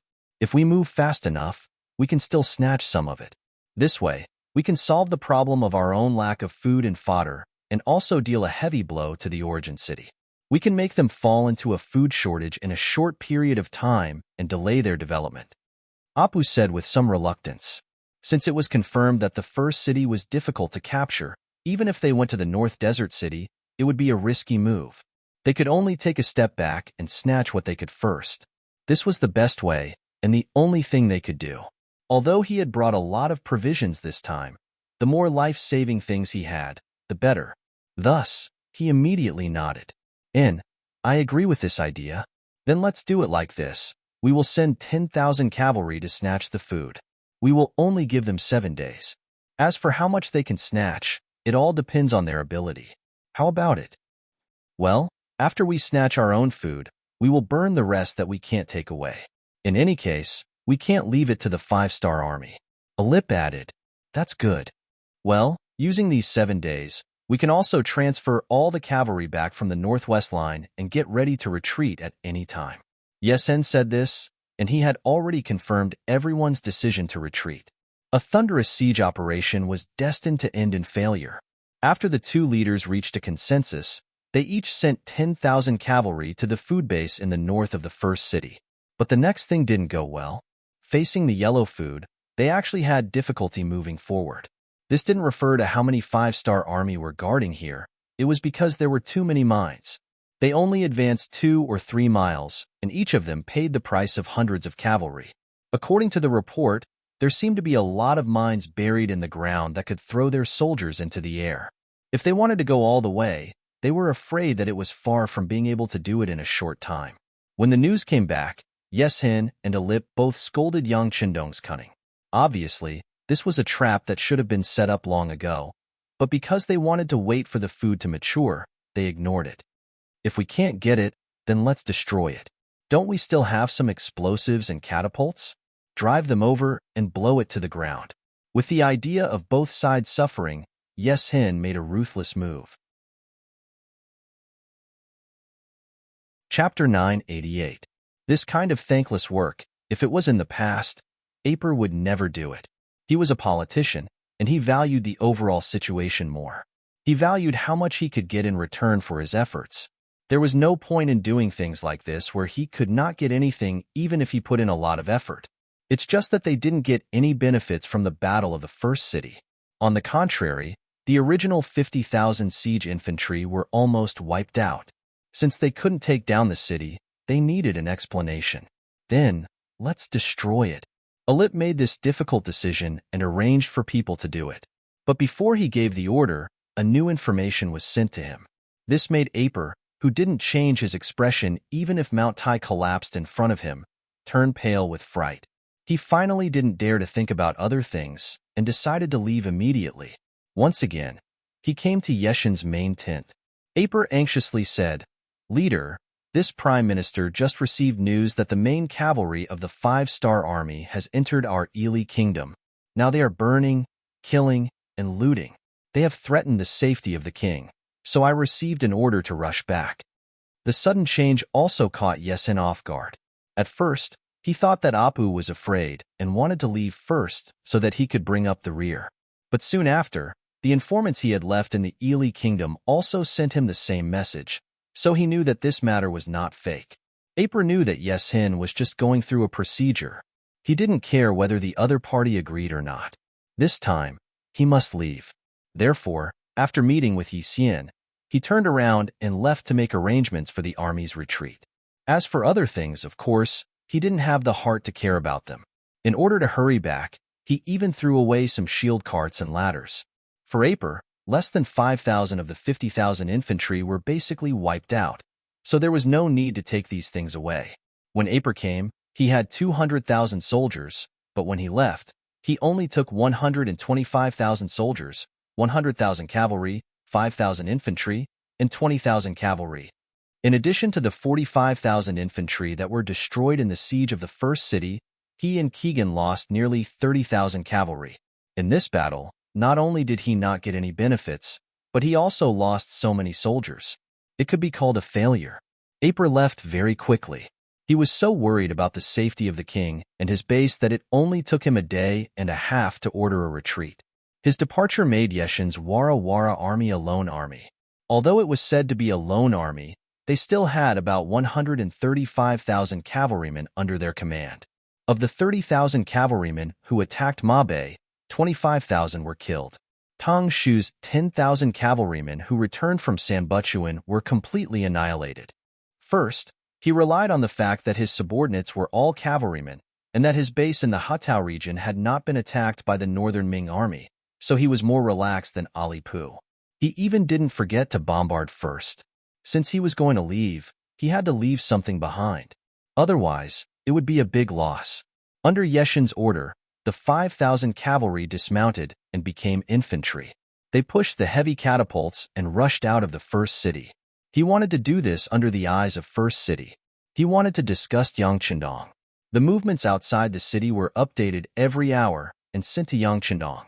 When he heard that Aper had led the Ely army to retreat, and Yeshin stubbornly wanted to take his grain fields, he had the urge to immediately send troops. Speaking of which, after a month and 8 days of defensive battles, batch after batch of veterans were recruited into the new Second Army. The new Second Army had basically taken shape under the preparations of the commander. It had the 1st Cavalry Division, the 2nd Cavalry Division, the 3rd Cavalry Division, and the Infantry Division, a total of more than 33,000 people. In addition, there were nearly 20,000 people in the new Second Army's main force, as well as the 1st Cavalry Division and the Tatar Division outside the North City. Now, he had more than 60,000 soldiers in his hands. If he launched a counterattack with all his strength, he had some confidence in winning. However, it could only be said that he had confidence, and the chances of winning were not very high. Furthermore, the cavalry that he had brought with him were all elite troops that had fought alongside him for many years. The remaining 135,000 men were already twice the number of his own men. If he were to attack recklessly before they were fully prepared, it was very likely that both sides would suffer losses. Either they didn't fight, or they had to fight and win. This was Yang Chendong's thinking. As for the more than 300,000 mu of grain fields outside the North City that needed time to prepare, it was necessary. Compared to these material things, Yang Chendong valued the lives of the soldiers more. Come, immediately send a message to Division Commander Xin Honghai in North Desert City. Ask him to bring all the cavalry that he can to the first city to provide assistance. This time, I want to inflict a heavy blow on the Wala army and let them know how stupid it is to choose our 5-star army as an opponent. Yang Chendong's eyes flashed with a strong fighting spirit. He wanted to establish the myth that the first city was invincible through this battle. He wanted to completely solve the security problem of the first city through this battle and also dispel other people's thoughts of attacking the city. After the telegram was sent out, Division Commander Xin Honghai in North Desert City, while mobilizing the cavalry in his hands, informed the leaders of the big tribes near North Desert City that it was time to fight a smooth battle. Those who wanted to take advantage of the situation could join in. In the last battle, when they were dealing with Tua Buhua, they successfully created an elite 1st Cavalry Division among the elites. At the same time, the small tribes of North Desert City that were weaker were dealt a devastating blow. Now, there were not many independent tribes left near North Desert City. Usually, everyone lived in harmony. Division Commander Xian Honghai was very self-respecting. Whenever something happened, he would discuss it with everyone. So he also had a good relationship with people here. This time, he took the initiative to stand up and said that if there was any merit, he could share it with everyone. If there were benefits, everyone could take it together. How could anyone not respond? At that moment, under the leadership of Xian Honghai, more than 6,000 men and horses were gathered. Including the Mabe division, there was a total of 20,000 cavalrymen. After receiving the news, they marched straight to the direction of Shur City the next afternoon. At this moment, Yesen did not know about this. He just arranged for people to keep an eye on the outside of Tulu City. He was only worried about the 200,000 reinforcements of the Ming army. As long as these people did not come out, he could still dominate the first city and do whatever he wanted. What Yesen wanted to do now was to bombard hundreds of thousands of mu of grain fields. Even though he didn't have a lot of gunpowder in his hands, and the range of his explosion was limited, he still stubbornly did it. In his view, this was him waving a knife to cut his own inner demon. Since he was defeated in the Battle of Ming 6 years ago, Yang Chendong had become a demon in Yesen's heart that could not be removed. Now that he finally had a chance to wipe away the shame, how could he let it go? Moreover, he had surrounded the first city for more than a month, which proved that the Duke of Loyalty was not omnipotent and could not be defeated. As long as he found the right way, he could also make the other party become honest. In this battle, Yesen even thought that if the first city was not too sturdy, he would have been able to defeat Yang Chendong this time. With this thought, Yesen did not leave immediately. Instead, he waited to bombard the grain fields and let Yang Chendong know what it meant to be helpless before leaving. He thought that he was showing off, but he did not know that he was standing on the edge of a cliff. The first city and Mabe city were thousands of miles apart. Xian Honghai led 20,000 cavalrymen and traveled day and night. In less than 3 days, they arrived at Wandu City, which was north of the first city. There, they met up with the world's best cavalry division and the Tatar division. They were only given a night's rest. Early the next morning, nearly 40,000 cavalrymen led the division and headed straight for the Walla encampment in the direction of the first city. At this moment, Yesen was still busy bombarding the fertile fields. All the trebuchets were set up yesterday and officially started this morning. At this moment, Yesen's eyes flashed with a crazy light. He wanted to use this action to tell the world that he was not afraid of Yang Chendong and was even stronger than Yang Chendong. At the same time, which was the morning of this day, the 6 100mm mortars of the logistics division in the first city were being tested in the central square of the city, which attracted the attention and curiosity of countless people. This was the first time that many people had seen this pure iron weapon in front of them. To them, the northern Ming army's red barbarian cannons were already very advanced, not to mention the cannons that were many times more advanced than the red barbarian cannons, which could hit targets more than 10 li away. The 100mm mortars of the 6 Gates Regiment were placed in the square, surrounded by soldiers from the logistics division who were responsible for maintaining law and order. There were many people standing in the distance. They wanted to see how this thing spat out fire and how it killed the enemy. As one of Yang Chendong's servants, Yang Si had learned from Yang Chendong professionally and systematically. It could be said that he was an artillery expert. This time, the matter of firing the cannons was naturally handed over to him. After finalizing the ruler, the scouts had already accurately marked the coordinates of the Walla cavalry's encampment. This time, they aimed at the enemy's main camp. Once the cannons were fired, it would mark the beginning of the all-out counterattack. At 9 o'clock in the morning. At this moment, the sky was covered with dark clouds again, indicating that a heavy rain was coming. Yang Chendong sat in the corridor of a courtyard in the Yang residence. He looked up at the sky and sighed softly. This is a heavy rain. Perhaps this heavy rain can wash away the coldness and cruelty of war. Chapter 989. Lightning flashed and thunder rumbled in the sky, giving people a very oppressive and gloomy feeling. At this moment, the 6 cannons had been calibrated. In order to deal the greatest damage to the enemy and destroy the enemy cavalry's will to resist, Yang Si chose to fire 3 shots in a row from the nearest 6 li to the nearest 12 li. In other words, in this 6-kilometer-long Walla army camp, the 6 cannons had to fire 3 shots in a row in a short period of time. That was 18 shots in a row. Without any preparation, one could imagine how much damage and shock this cannon fire would bring to people. Ready, fire. Seeing that the time was up and everything was ready, Yang Si suddenly dropped the red flag in his hand. Then, the 6 cannons let out a loud roar. 6 shots were fired out of the barrels and flew out of the city. In the square, the people didn't disperse because of the heavy rain. They still opened their eyes wide and looked at the light and roar caused by the cannons.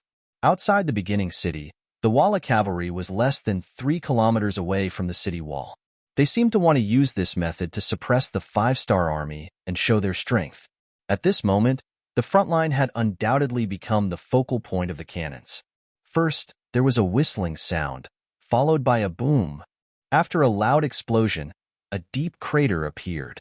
The 2 tents in the crater were instantly turned into ashes. The other tents on the side were also affected. There were different degrees of damage and casualties. The attack officially began. The cannons drew a beautiful arc in the sky and landed in the Walla camp. In the roar, one tent after another was destroyed. Group after group of unprepared Walla cavalry were killed, injured, and frightened. Yeshen saw that the rain was coming. He was patrolling the camp with his men. He wanted to see if there were any tents that were not set up properly and if there were any stable doors that were not closed properly. It was precisely this action that saved his life. In the blink of an eye, the main tent he was in was blasted to the ground. Soon after, a giant crater appeared. Under the precise measurement of a ruler, the dozen or so personal guards and his concubine in the tent all disappeared from this world. Yeshen looked back. His eyes were wide open and his face was full of disbelief. At this moment, the scene that had been hidden in his heart appeared again. The siege that had lasted for more than a month had made him forget how powerful the firearms in his opponent's hands were. At this moment, all the memories flooded into his mind, and at this moment, fear appeared in his eyes. Boom, boom, boom. The cannons fired one after another. In a short 2 minutes, 18 cannons were fired. If the cannons only caused damage to the Walla cavalry, it would only cause hundreds of deaths and thousands of injuries. For a cavalry team of nearly 140,000 people, this damage was nothing. The effect of injuring people was limited. The main purpose was to destroy their morale. Under the 18 cannonballs, the Walla cavalry became dizzy and disoriented, striking fear into their hearts. The originally high morale in their hearts was completely destroyed. At this moment, the loud bugle call sounded.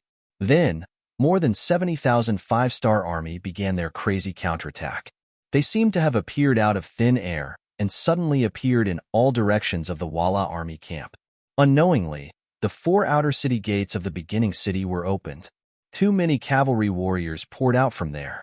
In the entire army in the beginning city, except for the infantry division of the new Second Army that continued to stay on the city walls, the other cavalry teams had all come out. They were like locusts that wreaked havoc. In a very short time, they arrived at the periphery of the Walla army camp and carried out a crazy massacre. Among these attacking armies, the 1st Cavalry Division's attack was the fiercest. At least a quarter of them had followed Tuachuo Buhua Khan before. For example, the 3rd commander, Huboer, was deeply indebted to Tuachuo Buhua Khan. Now that their enemy was right in front of them, they went all out. The combat power of the 1st Cavalry Division was already very terrifying. Now that they had gone all out, it was imaginable how desperate it would be. Wherever they went, the Walla cavalry was overturned and covered in blood. The Tatar Division was right behind the 1st Heavenly Cavalry Division. After such a long period of hard work and sacrifice, the Tatar Division had become an existence that represented a powerful force. They appeared like a flood, following closely behind the 1st Heavenly Cavalry Division. Hundreds of arrow formations were formed as they killed their way into the Walla cavalry formation, dealing heavy damage to the enemy. The new 1st Army and the new 2nd Army also rushed out of the 1st city. Their strength lay in their numbers. Everyone could huddle together to protect themselves and ensure the safety of the left and right flanks. The soldiers only needed to bravely charge forward and take the head of the target. Under such a situation where there was no distraction, everyone performed to their best. For a time, no one could stop them. Lastly, it was the Embark division and the 20,000 soldiers of the Embark tribe. Relatively speaking, their strength was the weakest, especially the Embark tribe's cavalry. They were used to fighting alone and did not know what it meant to work together. If it was a normal day, with their strength, facing the Walla cavalry, even if they had more people, it would be difficult for them to gain any advantage. But today was completely different. They were following behind the main force of the 5-star army, and they were going for a surprise attack. Like this, where they were not in a formation, as long as they were not isolated, they would not be in any danger. In such an environment, it also allowed them to better display their strength and try their best to kill those Walla soldiers who had been beaten until they were dizzy and disoriented. It was not true to say that they were utterly defeated. The explosions of the cannonballs had indeed caused the Walla cavalry to panic. However, when the shrill sound of the bugle horn signaled the arrival of a large army, the Walla cavalry displayed their outstanding military qualities. Many of the cavalry rushed to the stables to find their own war horses. They picked up their own sabers and charged towards the 5-star army in the distance. This was the strength of the Walla cavalry. Perhaps they were used to sneak into the camp often. Once they found that the enemy suddenly appeared, they did not need to do anything at all. These cavalrymen could resist based on their experience. At one time, there were even several incidents where they killed the enemy and returned. But this time, they were facing an army that was just as good as the Walla cavalry. It was impossible for them to turn defeat into victory. It was just a matter of how much they could lose. Yeshin's main tent was completely destroyed by the artillery. He was stunned for a while until his subordinates, Hilay and Mutuar, came to his side to ask for instructions. Only then did Yeshin regain his senses and his eyes were filled with anger. Report the situation. Lord Leader, according to the reports from the scouts of the various camps, the 5-star army has at least 70 to 80,000 people. They are currently attacking our camp from different directions. Although our cavalry warriors are valiantly resisting, the enemy's attack is too fierce and too sudden. Right now, some of the outer camps have already been occupied. General Hilay was originally in charge of the safety of the entire camp, so he did not need to prepare anything when he reported this. The outer camps have already been occupied. Also, you said that the 5-star army has 70,000 to 80,000 people. How is that possible? Where did they get so many cavalrymen? If they have this kind of strength, why do they only focus on defending the city? After Yeshin heard the detailed report, his face was filled with disbelief. Before the war, he and Apu had done some research. The 5-star army was just a new army in the grasslands. There were around 30,000 people. There was also the famous 1st Cavalry Division that had a few thousand people. Even if they included the 20,000 people guarding Embark City, they only had around 50,000 people. Moreover, Apu was in a hurry to leave because it was confirmed that someone had gone to Ely to cause trouble. It should be the 5-star army's doing. Since they had already divided their forces to Ely, how could they still have so many troops left here? And the number of people far exceeded the data he investigated. Chief, do you think the 5-star army recruited a large number of people in the beginning city? You know that there are more than 500,000 people in the beginning city, and they are all gathered together.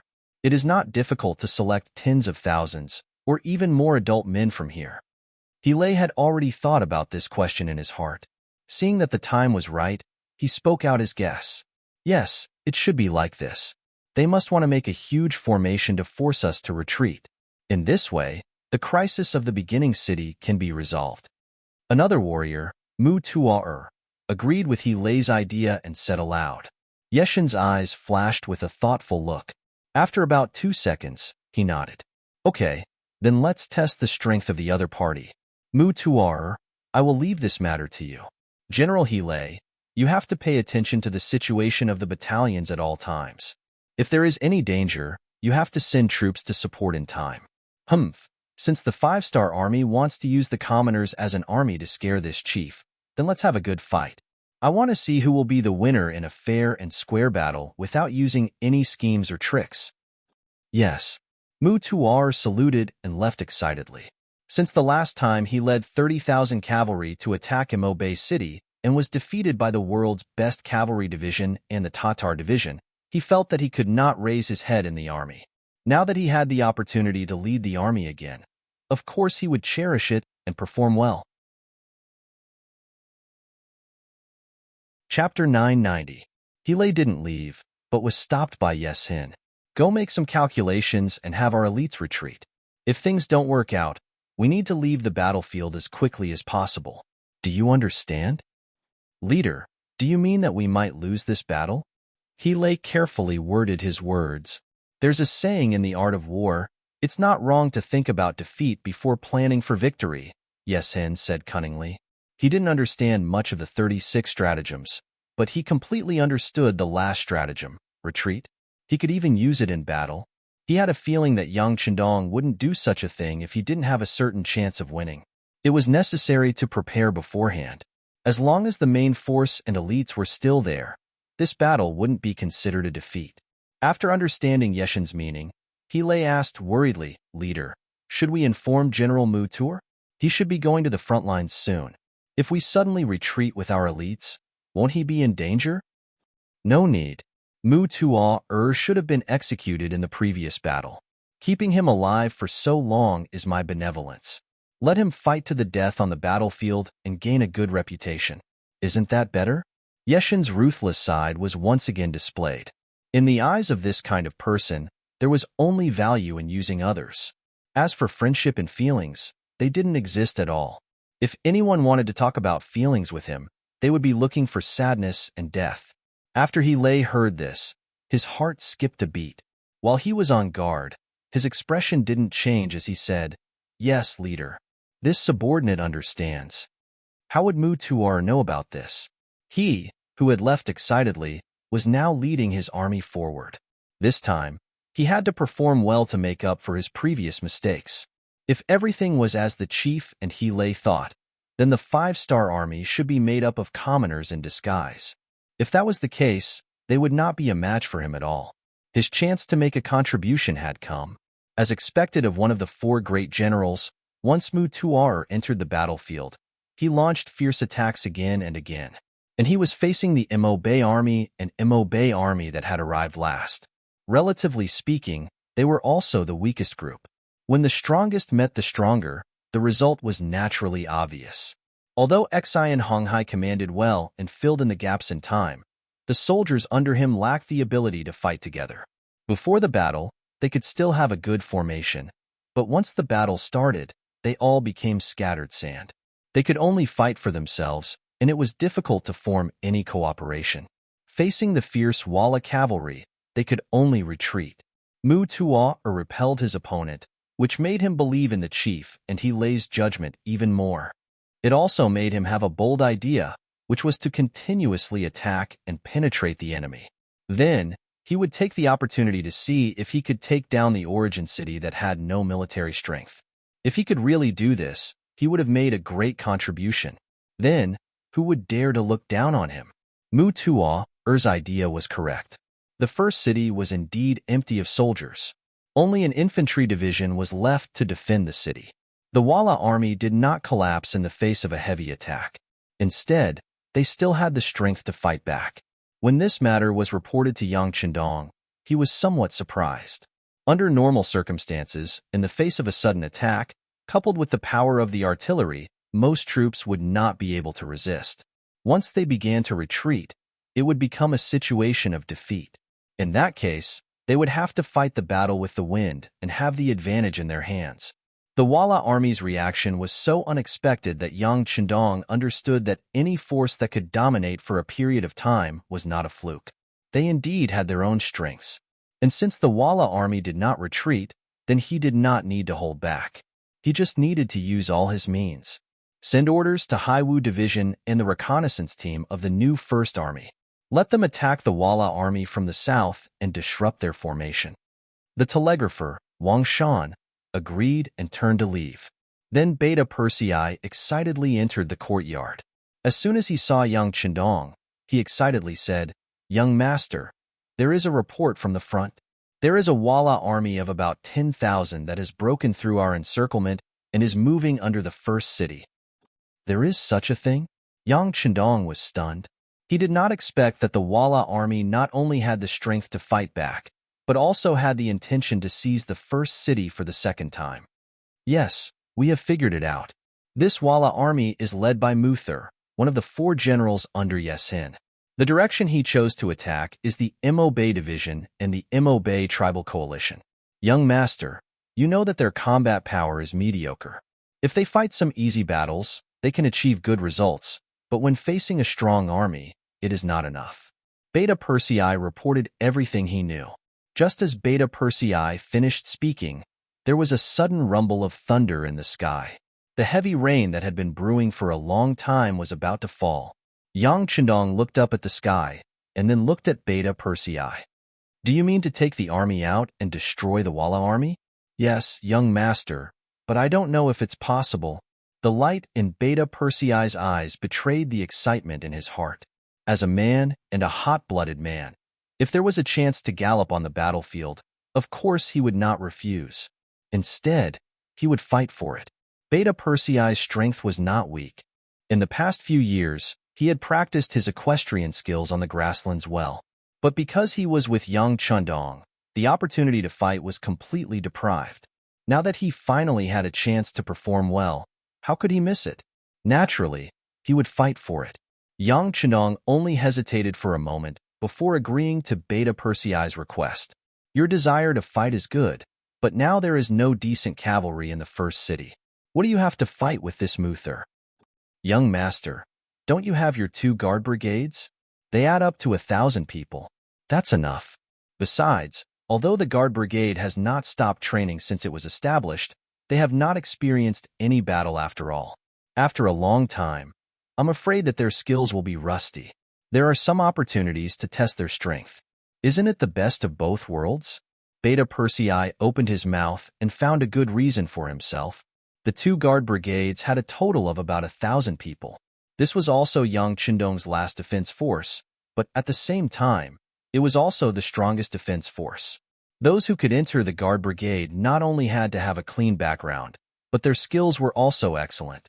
In the eyes of many people, being able to enter the guard brigade was a glorious existence. The difficulty was even many times more difficult than entering the cold front and the 1st Cavalry Division. Every member had to be carefully selected by Yang Heir and the 2 captains before they could join the team. However, there was a problem, and that was that no matter how many connections you pulled, you still wouldn't be able to get what you wanted. These people were also highly skilled. It was not an exaggeration to say that even the 1st Cavalry Division could not be their opponent in a battle of 1,000 people. This was why Beta Persei had confidence in the 2 guard brigades, and why he dared to make the decision to fight thousands of people. Yang Chendong usually trained with the guard brigade, so he was naturally aware of their strength. Since Beta Persei was pleading like this, and considering that the guard brigade indeed lacked joint combat experience, this might be an opportunity. He finally nodded. Okay, I can agree to your request, but young master also has a condition. Young master, please speak. Beta Persei took a step forward excitedly, his face full of eagerness. I agree to let you send troops, but young master, I also want to go with you. How about it? Yang Chendong also wanted to see the scene of the Walla cavalry charging with 10,000 people. He also had a hot-blooded side to him. Okay, wait. Beta Persei instinctively agreed, but he quickly came back to his senses and shook his head repeatedly. No, the ladies in Tigerhead have strictly ordered me not to let young master take risks. This is absolutely impossible. Yang Chendong knew that Beta Persei would not agree immediately, so he questioned him. Beta Persei, you just said that with the strength of the guard brigade, it would not be a problem to deal with the Walla. Are you doubting the strength of the guard brigade? No, young master. Beta Persei quickly shook his head and denied. That's good. Since the combat power of the guard brigade is invincible in the world, there is no danger. What is there to be afraid of for young master to follow them? Well, it's settled. The battle doesn't wait for anyone. Go and arrange it immediately. Yang Chendong waved his hand at Beta Persei without any explanation. Beta Persei retreated just like that, only to realize that he had been tricked by the young master. But he knew that even if the young master had made a decision, he could not stop it with his ability. If he continued to talk, he was afraid that the young master would have the opportunity to fight, and he would only be trapped at home. If that was the case, then so be it on the battlefield. As long as he was careful and protected the young master by his side, and with the young master's skills that no one knew how powerful, there should not be any danger. The heavy rain poured down, as if the sky was leaking, and it fell on the grassland, washing away the blood on the cavalry on the battlefield. Mutuo led a total of 20,000 cavalrymen and charged fiercely for a while, breaking through the obstacles of the Mabe division and the Mabe tribe, and finally arrived in front of the west gate of the first city. There were less than 8,000 cavalrymen left behind, and many of them were injured. When he saw the closed gate of the first city in front of him, the original hope in Mutuo's eyes was extinguished by more than half. Under such heavy rain, without any siege weapons, it was impossible for him and his 8,000 cavalrymen to rush into the city. Victory was so close to him, but it was also so far away. "General, what should we do? The rain is too heavy, and the brothers are too tired. We have to find a place to rest." A commander in the army walked to Mutuo's side and asked tentatively. Chapter 991. Taking a deep breath, Mutuo knew that he had done something useless this time.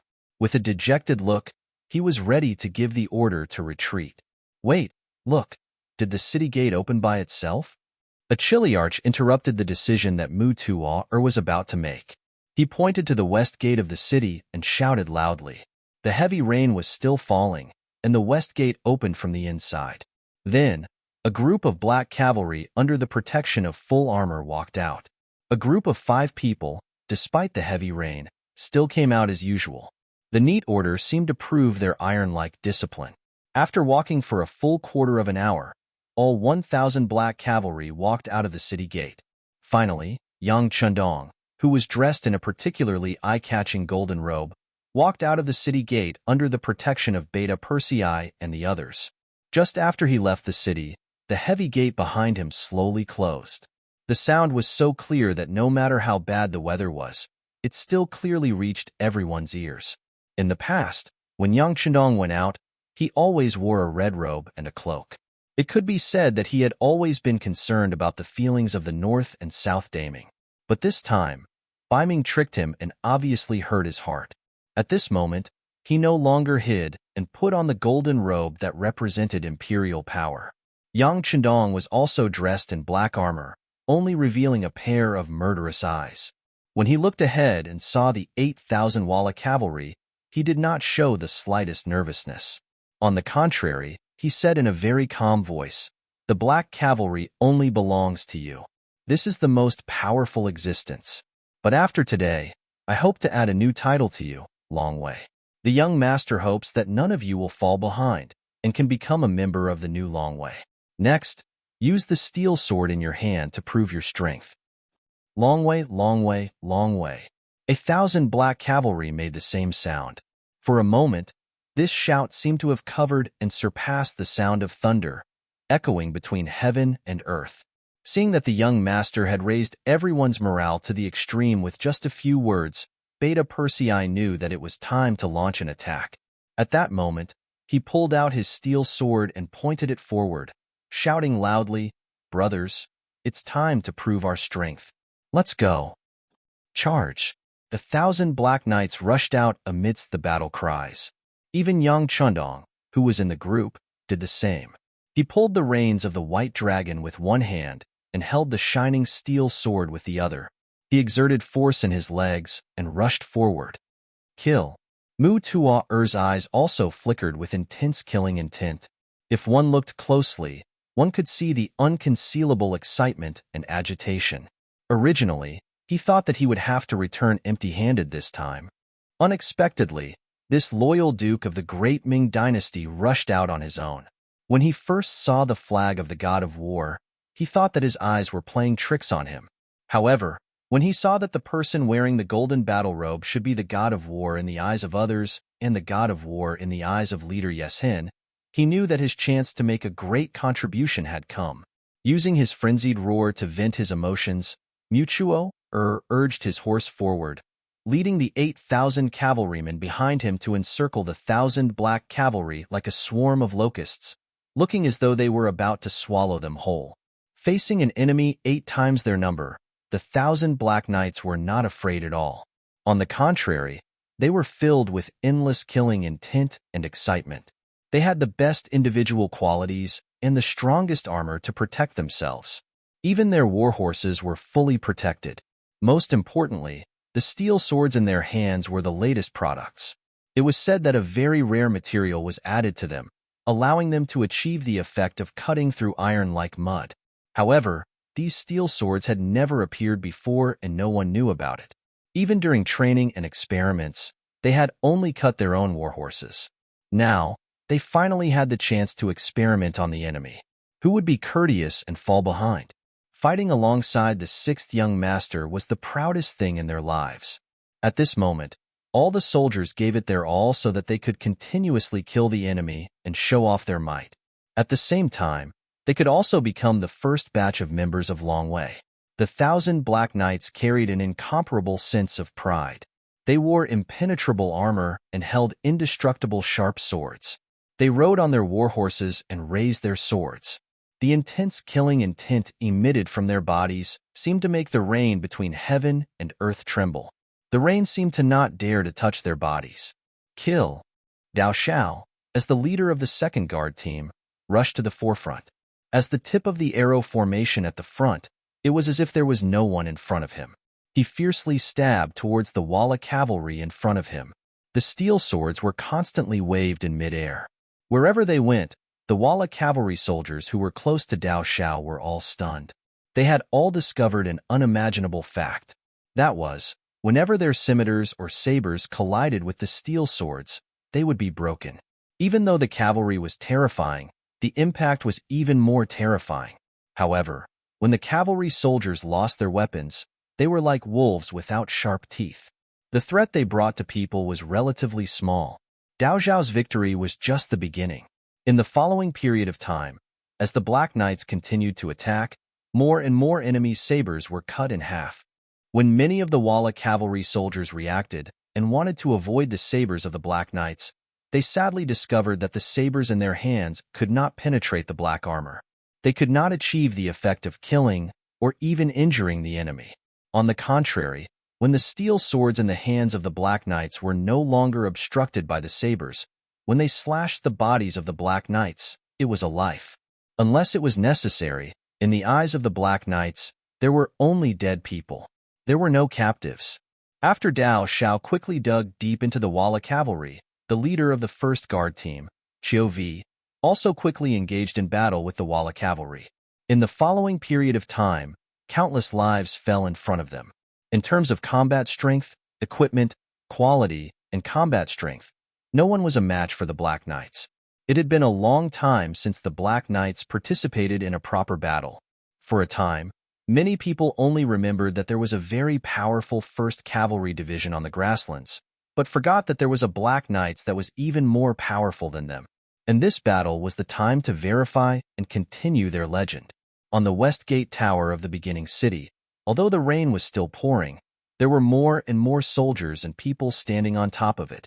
They rushed over after hearing the news that the Heaven Khan was going to attack personally. They wanted to see the Heaven Khan's glory. The facts did not disappoint them. Although it seemed that the military strength of the two sides was obviously not equal, with 1,000 against 8,000. If such a thing was told to anyone, they would probably arbitrarily choose the winning side. However, it happened to the Heaven Khan. This person who constantly created miracles seemed to be very normal for him to win. He was originally a messenger sent by the Longevity Heaven to the grasslands. Anyone who made an enemy of him was equivalent to provoking the gods. It was only a matter of time before they were punished. Look, the person wearing the golden god of war is the Heaven Khan. Look, the Heaven Khan is moving. Heavens, the way he wields his saber is so perfect. Obviously, the person who shouted this must be the grassland woman. The difference in their living environment made them more cheerful and more proactive. The Heaven Khan had already rushed into the enemy camp. His golden battle robe was so dazzling that it attracted the attention of countless Walla cavalry. It was just that on top of the city walls, no one was worried about Yang Chendong. It was as if in their eyes, no one in this world could defeat the Heaven Khan. Therefore, no one felt that the Heaven Khan was cruel when he kept waving his saber, causing blood and limbs to splatter everywhere. Even some of the more timid girls on the city gate tower could only see the Heavenly Khan's imposing figure and clean movements. Yang Chendong had indeed killed his way into the enemy camp. He was covered in black armor from head to toe, so he was not afraid of any opponent at all. In this kind of battle that was close to a one-sided massacre, he had to show enough bravery and let the world sing about it. He had to make those who worshipped him worship him even more, and those who did not worship him before become his admirers. At Yang Chendong's current position, his every move represented a political significance. He was not a person who liked to kill, but at this moment, he had to show enough courage and drive to kill. This would play a very positive role in his future rule here. Beta Persei and the others followed closely beside Yang Chendong, and at the same time, they kept waving their sabers. The enemies who rushed over died under their feet, and the enemies who rushed over were chopped to death in front of them. They were invincible all the way. That's Yang Chendong. Kill him. Kill him, and our names will go down in history. Kill him, and we will make a great contribution. Mu Tuo saw Yang Chendong from afar, and then shouted. His eyes were bloodshot, representing the excitement in his heart at the moment. This was Yang Chendong. How many people hated him to the bone and wished for him to die immediately? Unfortunately, most of those who had such thoughts and put it into action had become a pile of bones. Now that an opportunity had been thrown in front of him, there was no way Mu Tuo would not seize it. Mu Tuo widened his eyes and slapped his warhorse with all his might. At this moment, he waved his saber and approached Yang Chendong. At this moment, he could even see the miraculous martial art in front of him. He seemed to see the scene of his legend being sung by tens of thousands of people in the grasslands. Get lost. A loud roar interrupted Mu Tuo's fantasy. It was Beta Persei's saber, to repel and kill anyone who wanted to approach the young master from both sides. Chapter 992. Mu Tuo was naturally different from ordinary cavalry. Seeing the blade coming at him, he dodged nimbly. The steel blade brushed past his shoulder and disappeared in a flash. With a sneer in his eyes, he did something that he would regret for the rest of his life. He swung his blade at Beta Persei's body. The speed of the blade was so fast that the Shadow Knight protecting Beta Persei did not have time to block it. Seeing that the attack was about to succeed, although the blade could not hurt Beta Persei due to the invulnerable black armor, it would inevitably bring shame to Beta Persei. Just as the blade was about to fall, Beta Persei's majestic body suddenly turned nimbly, making a move that did not match his tall body at all. Just as the blade was about to fall on the black armor, the steel blade in his hand finally blocked it at the last moment. The collision of the two weapons produced a very crisp sound. Mu Tuo was not discouraged by the fact that his blade was blocked and did not succeed. Yang Chendong wasn't his target in the first place. He was just itching to fight back. Since he couldn't hurt Yang Chendong, he didn't want to waste any more time here. He had to find Yang Chendong as soon as possible and kill him. Riding on his warhorse, Mu Tuo turned around once more and saw Yang Chendong right in front of him. Moreover, it was his opponent's back.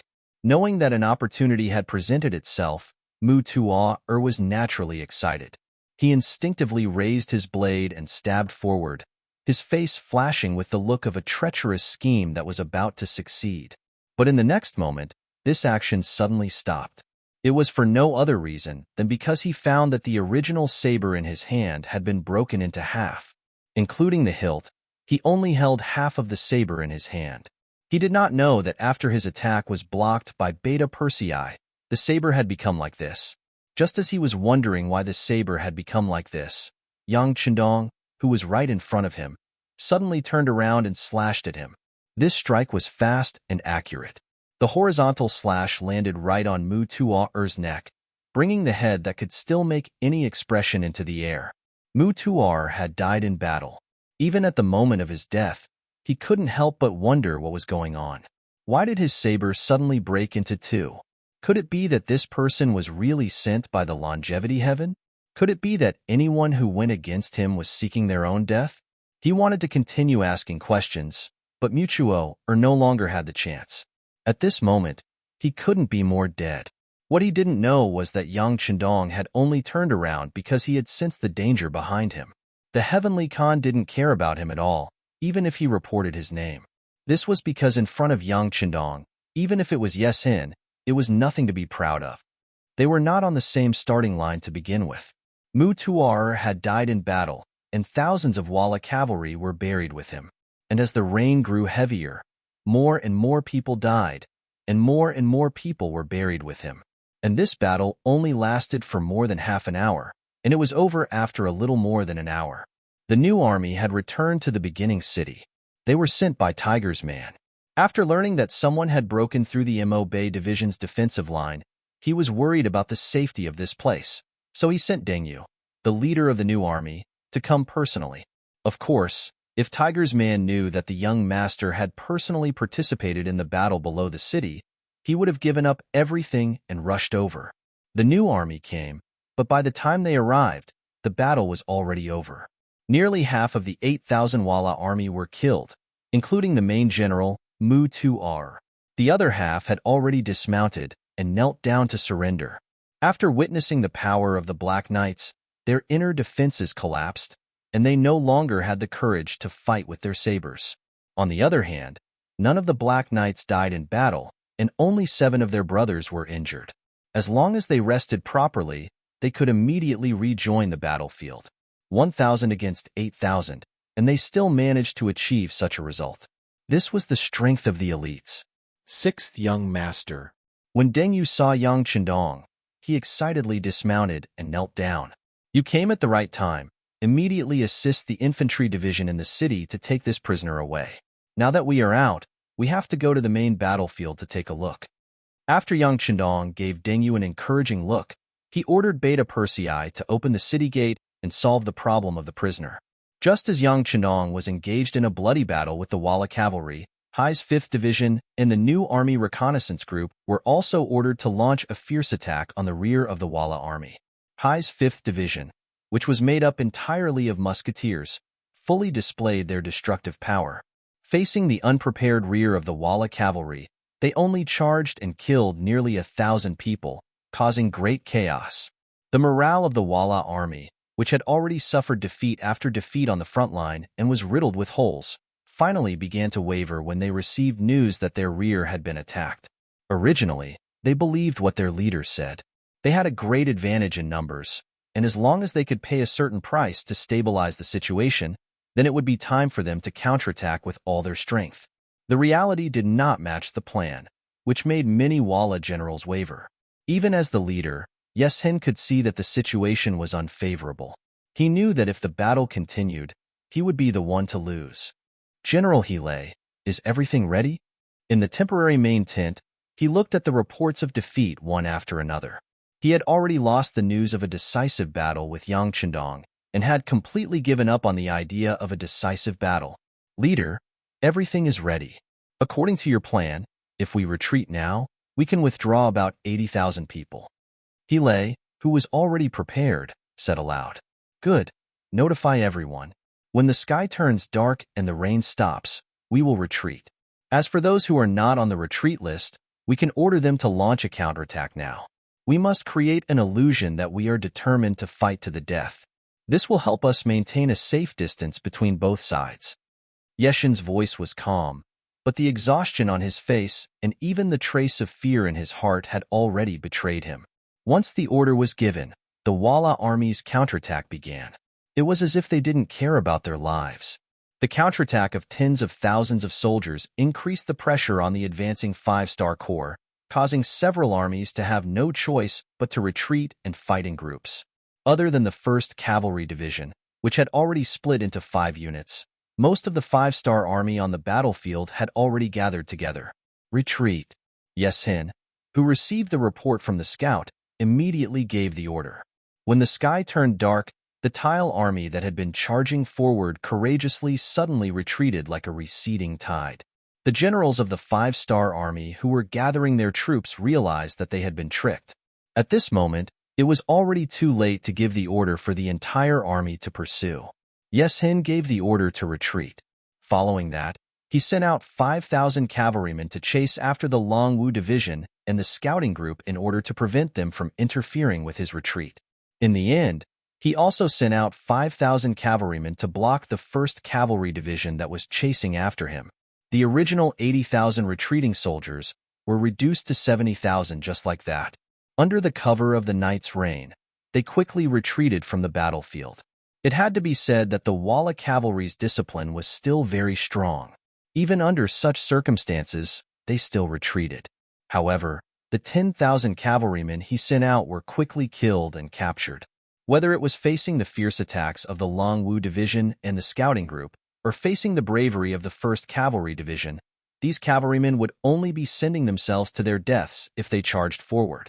After defeating another 10,000 cavalrymen, the 1st Cavalry Division's commander, Hu Bo-er, and a few others suggested that they should continue the chase.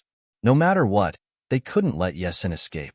However, at the crucial moment, Division Commander Tian Hu gave the order to not give chase before the main force arrived. After all, Yeshin had 70,000 elite cavalrymen. If they charged forward alone, they would most likely be surrounded and heavily injured. Although it was said that with the strength of the 1st Cavalry Division, they were not afraid of anyone. However, if they knew that they couldn't do it, it wasn't bravery but stupidity. Yang Chendong came to the main battlefield early in the morning of the 2nd day. At this moment, the heavy rain finally stopped after 3 days, leaving only a light drizzle in the air. When he saw the corpses and blood everywhere he looked, he couldn't help but sigh. The setting sun on the battlefield is as red as blood. White bones are exposed for thousands of miles in the wilderness.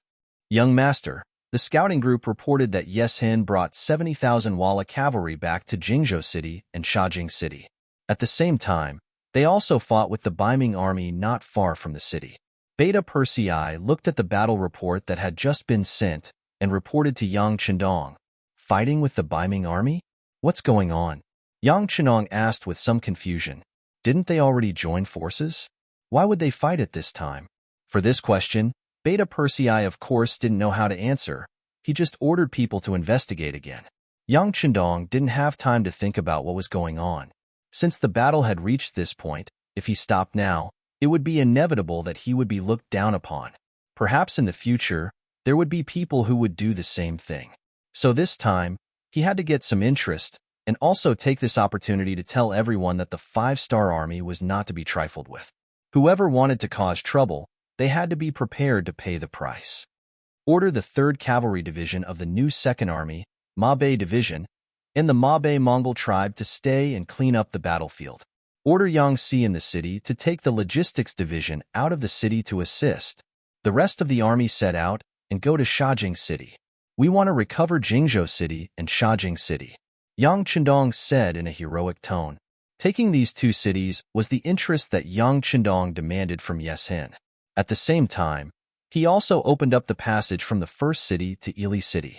Otherwise, once the Ming army took advantage of the situation, he was afraid that if he wanted to reach out in the future, he would be restricted. Chapter 993. Jingzhou City.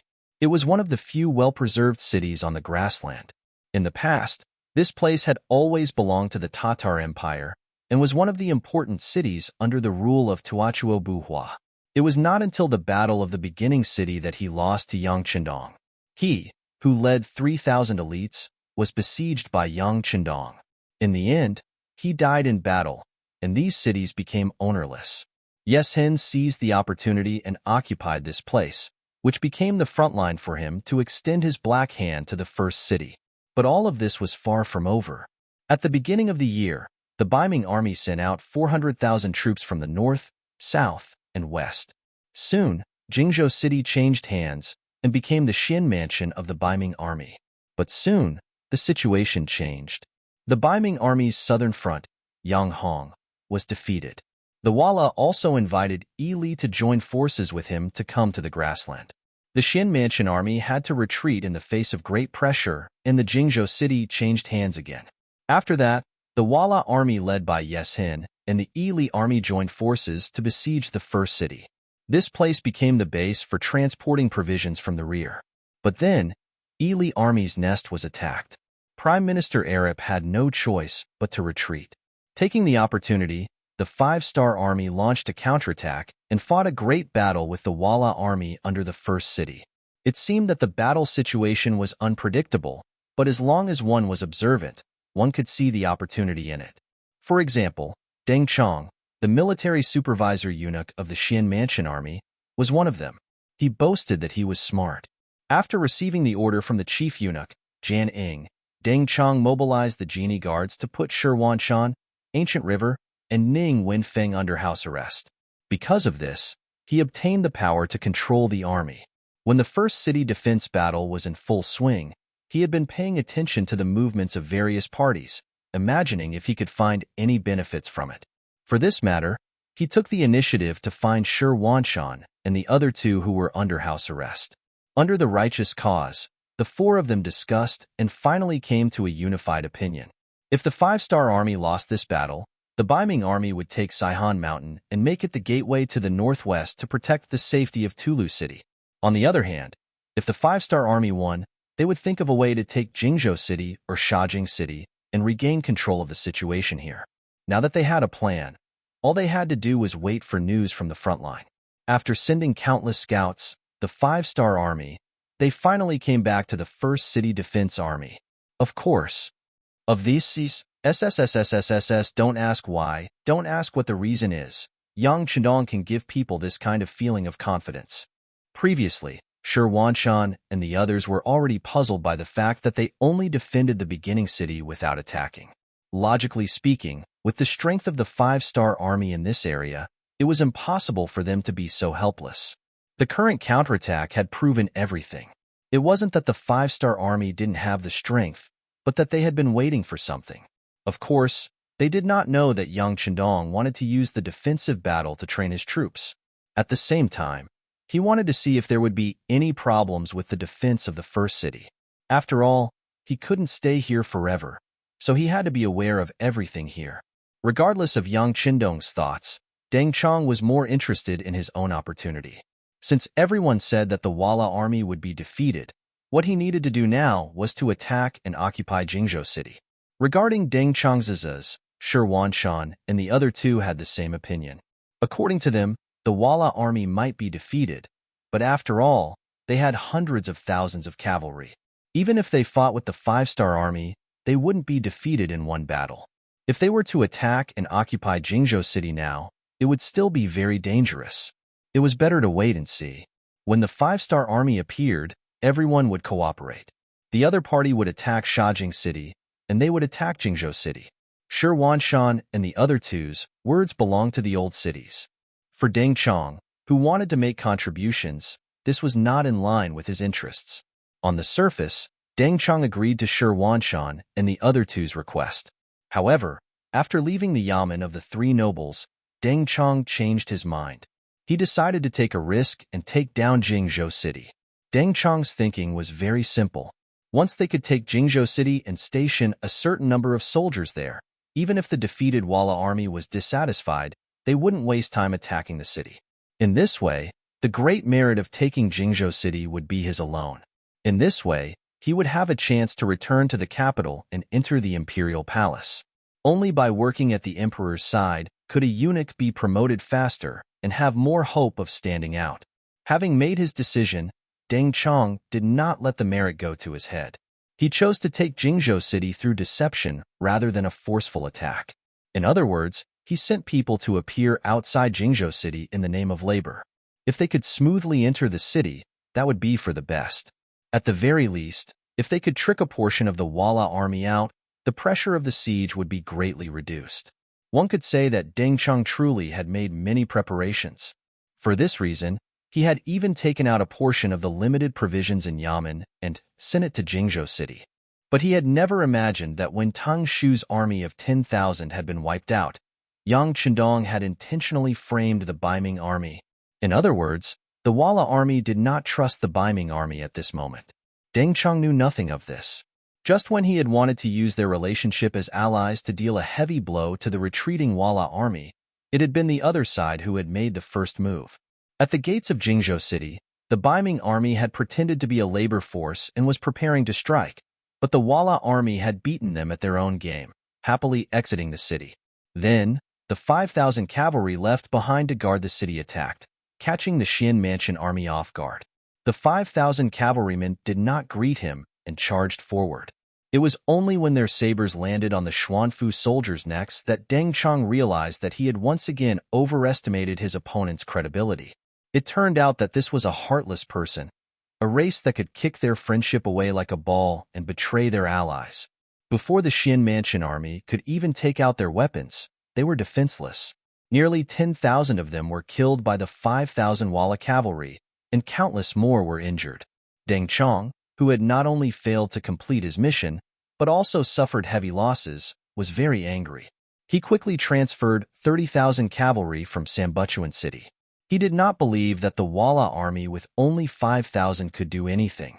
It was at this time that even more unfavorable news came. The Vara army had retreated after the battle with the 5-star army, and their main force of 70,000 had retreated back to the Shajing region. Their vanguard had coincidentally clashed with the 30,000 cavalry he had sent. Needless to say, the Xian Mansion soldiers were once again defeated due to their inferior numbers and combat strength. The 30,000 cavalrymen were not even able to display half of their battle prowess.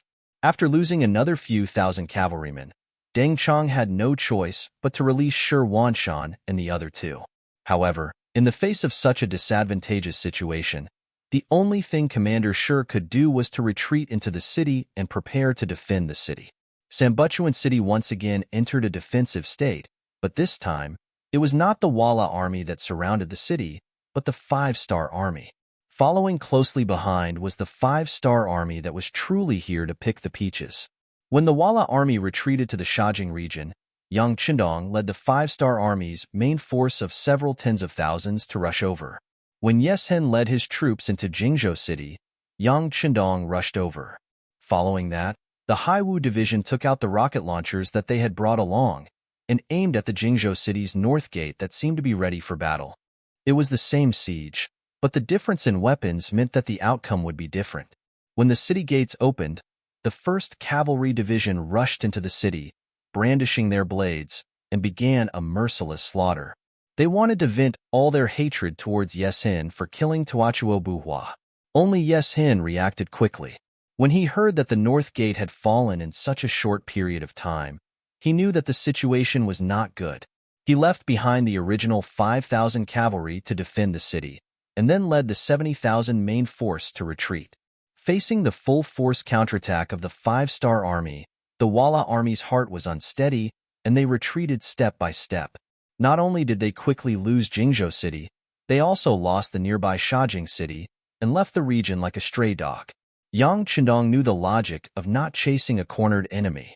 Right now, he was not ready to fight a decisive battle with the Wala army.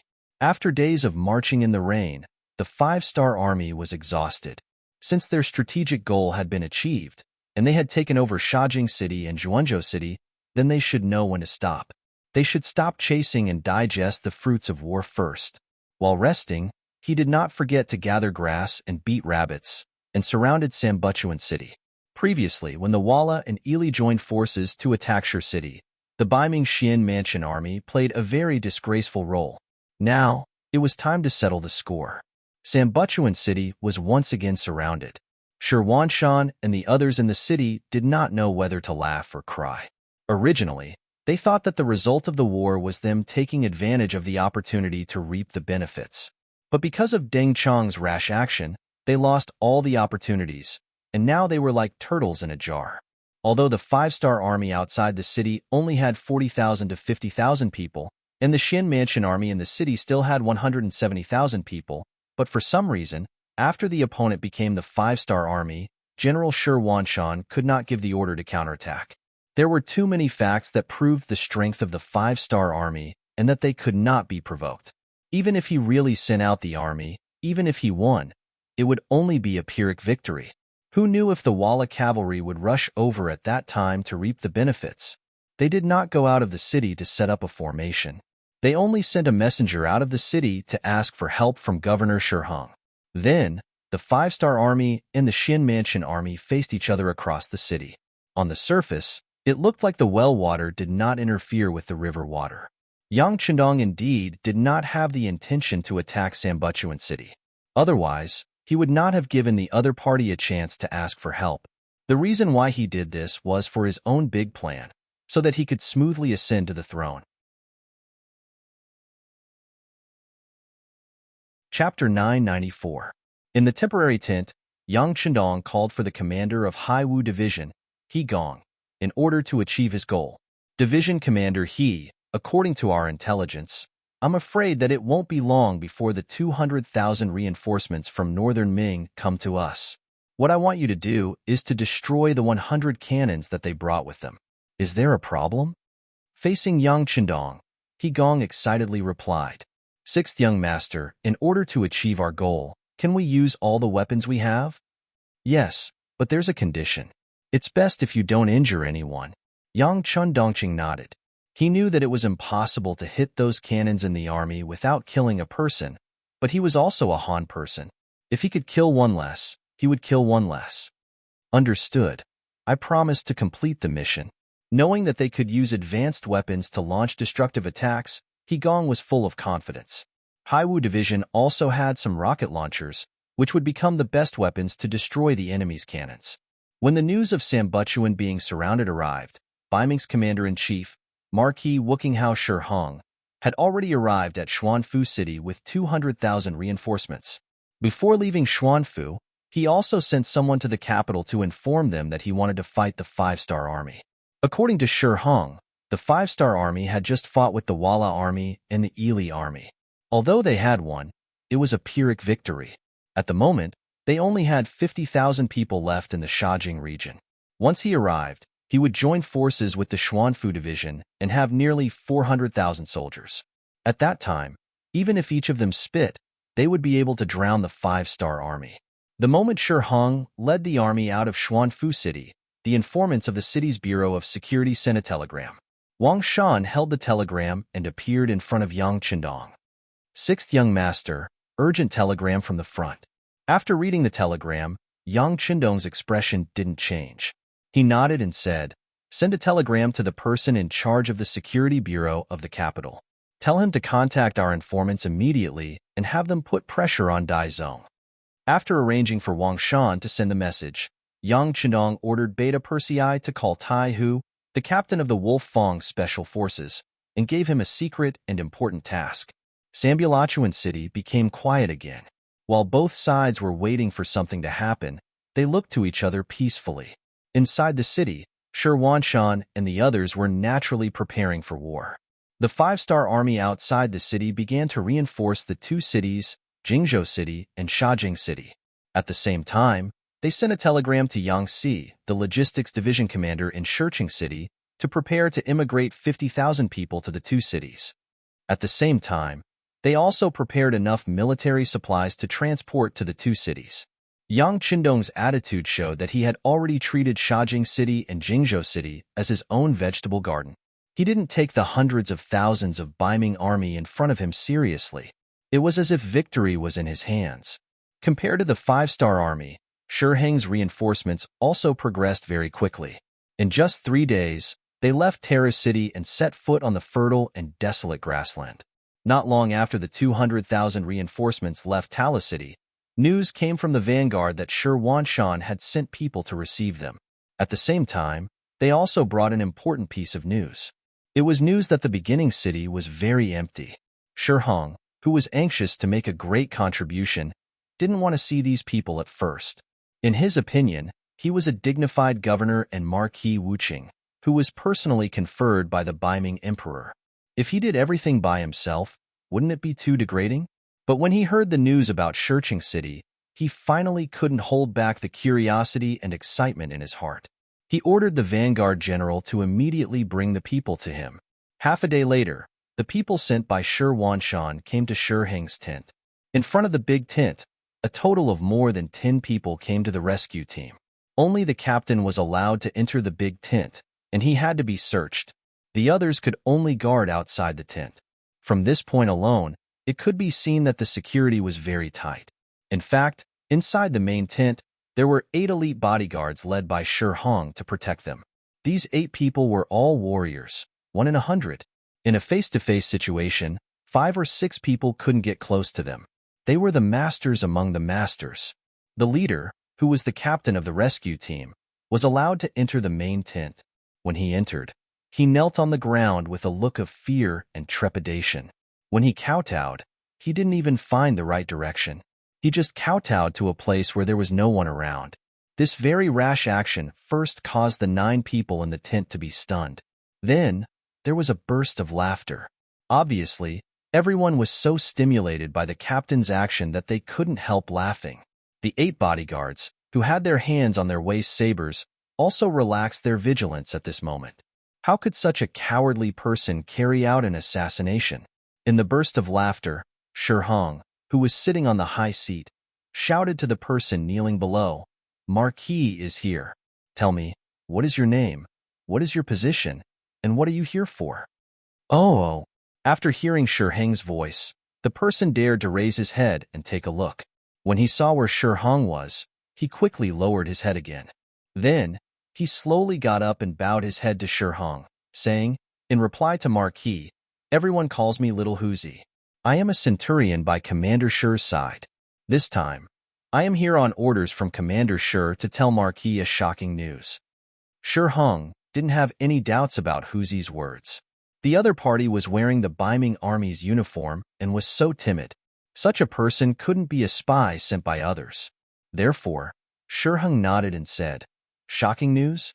But I don't know what it is that is worthy of the word shocking." "Marquis," Commander Shi said that after more than a month of defense, the first city is already an arrow at the end of its flight. This time, the first city is just an empty city. If Marquis can send troops there, you will definitely be able to settle it in one battle and make a great military achievement. When Huzi talked about the news, he was much more agile and seemed to be less nervous. Shi Hong listened to these words carefully and was not moved. He had already sent people to inquire about it. The first city's walls were high and strong. Even if it wasn't heavily guarded, as long as the city gate was heavily closed, it would be extremely difficult to take it down. Secondly, he didn't believe that Shi Wanshan, who was from the same family as him, would be so kind. Wasn't he worried that the 5-star army would take down Sambuchuan City? Wasn't he worried about his own safety? A selfish person like Shi Hong naturally wouldn't believe that he would put himself in danger for the sake of others. Therefore, when he heard Huzi's words, he just sneered and said, "Your Commander Shi is really kind. Does he want our army to attack the first city and attract the attention of the 5-star army so that they can solve the siege?" No, Marquis is thinking too much. Commander Shi said that Sambuchuan City has long been prepared for defense. It will be very difficult for the 5-star army to take it down with their current strength. There's no need to worry about the safety there for the time being. On the other hand, if Marquis can take down the first city, it will be a great merit. As a support, my commander will also be honored. It will more or less reduce the loss of the army and the sin of not taking the opportunity to take down Shajing City and Jingzhou City. I just hope that after Marquis takes down the first city, he can put in some good words for the Xin Mansion army in front of the emperor. Huzi also lowered his head and said these. Logically speaking, these words were still somewhat reasonable. This time, when they went to the grassland, the Dadong army naturally didn't perform well. The Xin Mansion army wasn't any better. Even if they waited for Shi Hong to bring reinforcements to solve the siege, they wouldn't get any credit. Since that was the case, it was better to take another path. For example, if they could take down the first city, it would definitely be a great merit. They could use their merits to make up for their mistakes and even be praised. After Shi Hong understood the reason behind it, his expression became better. "Well, your commander's idea is good. It's just that the first city's walls are so tall. How can it be so easy to take down? If it can't be done in a short period of time, and the main force of the 5-star army is attracted back, then wouldn't Marquis be attacked from 2 sides? That won't happen. My lord has already arranged spies in the first city. As long as the army arrives, the city gates will open from the inside. At that time, Marquis can lead the army in. I think with your 200,000 troops, once they enter the city, who can stop them? Huzi said repeatedly. Spy? Open the city gate? What's going on? At this moment, Shihong was really excited. If there was really such an arrangement, then he really had hope to take down the first city. If that was the case, then he would definitely make a great contribution. At that time, it would be easy for him to be conferred the title of Duke. Shihong became excited, and Huzi also said with a look of fear and trepidation, how could such a secret be known by a small character like me? But my commander has already written a secret letter. His life must be handed over to Marquis personally. The letter is here. Please take a look. Unknowingly, a secret letter appeared in Huzi's hand. Then, taking this opportunity, he took a few steps forward and was about to come in front of Shihong. Stop right there. A bodyguard standing at the side sternly shouted. He stepped forward bravely and blocked in front of Huzi. As a guard, he naturally wouldn't let anyone get close to his master without the permission of the Marquis. Huzi, who was stopped, didn't show any anger. Instead, he said with a face of fear, "This is the commander's order. The letter must be handed over to Marquis personally." It's okay. There's no difference between handing it to the guard and handing it to Marquis, Shihong said indifferently. Then, the guard glared at Huzi angrily. Then, he grabbed the secret letter in Huzi's hand, turned around and bent down to pass the secret letter to Shihong, who was close at hand. Chapter 995. It was also at this time that the bodyguard turned around and bent over when he felt the weight on his waist lighten. The saber that he carried with him had disappeared. Before he could react, his waist was tightened again. Under the great force, he fell to the ground. Then, a figure replaced Shihong's position. An iron saber was placed on Shihong's neck. Of course, all this was done by Tiger. The so-called Tiger was the captain of the Langya Special Forces, Tai Hu. This time, he was carrying out the beheading operation arranged by Yang Chundong. The difference was that he didn't mean to kill Shihong. As long as Shihong was willing to cooperate, everything would be fine. Otherwise, he would have to start a massacre. The iron sword was placed on Shihong's neck. Tai Hu's voice and behavior were completely different from before. He said calmly, "If you don't want to die, don't shout or move. Otherwise, this sword will not recognize you." As he spoke, Tai Hu purposely increased his strength. Immediately, the iron sword went into Shihong's neck, causing blood to flow out. Shihong was also a general on the battlefield, so he had some skills. Just as he was about to resist, he felt a killing intent wrap around his entire body. He finally knew that this person called Huzi wasn't just talking nonsense. He really had the intention to kill him. Most importantly, he felt that his every move was being watched by this person. No matter what he did, the iron sword would cut his throat first. In order to survive, he had to be obedient. Sensing that Shihong did not dare to struggle, Tai Hu let out a sigh of relief. He then said, "Tell your soldiers to retreat. At the same time, call on my brothers outside. Hurry up. If you're a bit slower, I'll kill you." I'll call. Shihong struggled as he spoke. Then, he said to one of the soldiers, "Quick, why aren't you following Hero Hu's instructions?" The 8 soldiers really wanted to take action. They believed that with their strength, they could definitely surround and kill this man called Tiger. However, they couldn't guarantee the safety of their general. At this moment, they could only listen to his orders and walk out of the tent. They let the dozen people that Tai Hu brought with him into the tent. Skinny Monkey, King Kong, Violent Ape, Silverhand, Steel Leg, and others quickly entered the main tent. When they saw that Tai Hu was holding Shihong hostage, they all laughed heartlessly. Iron Head is Iron Head. He completed the task cleanly and beautifully. It's admirable. As soon as they entered the tent, they acted as casually as if they were entering their own backyard. First, they looked around, then came to Shihong's side and surrounded him tightly. Although they were wearing the ordinary military uniform of the Northern Ming Army, King Kong and the others gave the 8 bodyguards a very dangerous feeling. Their movements seemed to be without order, but if you wanted to take the opportunity to make a move, you would find that they were on guard everywhere. This feeling told the 8 bodyguards that the dozen or so people who came in were experts among experts. Shi Hong completely lost the hope of escaping when he fell into the hands of Tai, who and the other members of the Langya Special Forces. He could only be manipulated by them. Shi Hong, if you want to live, then cooperate with us. When the time comes, I can guarantee that I will spare your life. Otherwise, we'll fight to the death. It's just that we're just commoners, so if we die, we die. But Marquis Shi is different. There's still a bright future waiting for you. If you die like this, it's really a pity. Hearing Tai Hu's words, Shi Hong's face darkened, but he had to answer. Well, Marquis has fallen into your hands. Of course, I'll accept it. But who are you, and what are you doing here? I'm not afraid to tell you that we're the Langya Special Forces under the command of the Duke of Zhengdan. Our mission is to behead senior officials like you. Tai Hu reported his identity. The Duke of Zhengdan? You're the Duke of Zhengdan's subordinates?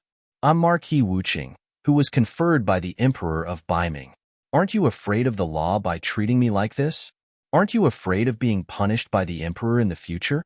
After knowing the details of Tai Hu and others, Shi Hong pretended to be very angry and roared. He wanted to gain the initiative by striking first and oppressing people with reason, but Tai Hu didn't take him seriously at all. Well, if you want to live, you'd better not shout. We're just carrying out our mission. As for the punishment of the Emperor, it has nothing to do with us. Haha, Tai Hu is right. Even if the Emperor wants to punish us, he has to find us first. Ha ha ha. Skinny Monkey, who liked to bicker the most, laughed. His voice attracted the laughter of the other team members. This was like a scholar meeting a soldier. It was hard to reason with him. For the officials, the Emperor was a great existence. But for the ordinary people, it was too far away. Especially for Tai Hu and others, they listened to Yang Chenong. As for the Emperor of Ming, who was he? He couldn't reason with them, and he couldn't beat them. Shi Hong had to accept his fate and bow his head. He knew that if he wanted to live, he could only do as the other party asked. It's very simple. First, do 2 things. If you do them well, your life will be safe. Tai Hu saw that Shi Hong wanted to bow his head, so he immediately said, What are the 2 things? Shi Hong asked. First, immediately order the army to stop and set up camp. Second, write a letter to your emperor. Tell him that the 5-star army is too strong and that you are not their match. Tai Hu told him the mission that Yang Chendong had given him. Shi Hong paused for a moment, then shook his head and said, The army can stop. This is up to Marquis. But the matter of writing a memorial isn't that simple. We have a lot of soldiers, so there's no reason. You want a reason? Don't worry, there will be one soon. Yes, just wait for one night. Tai Hu seemed to have expected Shi Hong to say something, so he spoke at a steady pace. The main tent was thus controlled by Tai Hu and the others. What was worth mentioning was that the news of Shi Hong being threatened didn't spread. Perhaps it was because Marquis cared too much about his face. The 8 soldiers were ordered not to spread the news, so the matter was covered up. The 200,000 soldiers were originally ordered to quickly head to Sambuchuan City. However, the order suddenly changed, and they were told to stay where they were. Many of the generals couldn't understand. However, no one dared to disobey the military order. They could only find a place to stop. At the same time, the 100 Ming's newly built redcoat cannons also stopped. During the march, because these things were too heavy, they had been left behind. However, these things were very useful, so there were quite a few soldiers assigned to protect them. There were at least a few thousand people. It wasn't easy to kill their way through the heavy encirclement and get to the cannons. However, if they were to blow them up from afar, it would be much easier. Coincidentally, the order that Lung Wu received was to blow up these things. Since it was a mission given by the 6th young master, He Gong, as the commander, had to carry it out himself. He selected over 100 elite soldiers from Long Wu and brought 4 rocket launchers to the Ming army's encampment. 2 of the elite soldiers first knocked out 2 Ming soldiers who were in charge of patrolling the night. After changing into their uniforms, they secretly placed a dozen or so bags of powerful explosives around the 100 redcoat cannons. Then, under He Gong's command, the 4 rocket launchers shot out flames and blasted the bags of explosives. Flames rose into the sky and engulfed the red coat cannons. It was as if an earth dragon had been born. Shi Hong, who was resting on his desk, was shocked by the tremors.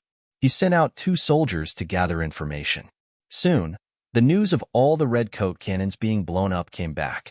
At this point, Shi Hong finally understood what Tai Hu's reason was. Sigh. With a sigh, Shi Hong started to write a memorial to the Daizong Emperor. The general content was that because the cannons were destroyed, there were no more powerful siege weapons. Also, considering that the leader of the 5-star army was the Duke of Loyal Ming, he didn't want to fight with them. Therefore, he asked the emperor to give the order to retreat. Ming capital, Imperial Palace. The war in the northwest grassland had always affected Daizong Zhu Qiyu's heart. When he heard that the 200,000 soldiers of Datong had been defeated, he cursed angrily. Then, when he heard that the Xuanfu army was also implicated and trapped in Sambuchuan City, he was so angry that he flipped over his desk. Fortunately, there was good news that Walla and Ili Kingdom were going to work together to attack the 5-star army. He suddenly felt like he was going to sit back and watch a fierce battle between tigers and dragons. The news from the front lines was that the Walla alliance had 300,000 soldiers, and they were only going to deal with the 40,000 5-star army. At that time, Zhu Qiyu became worried.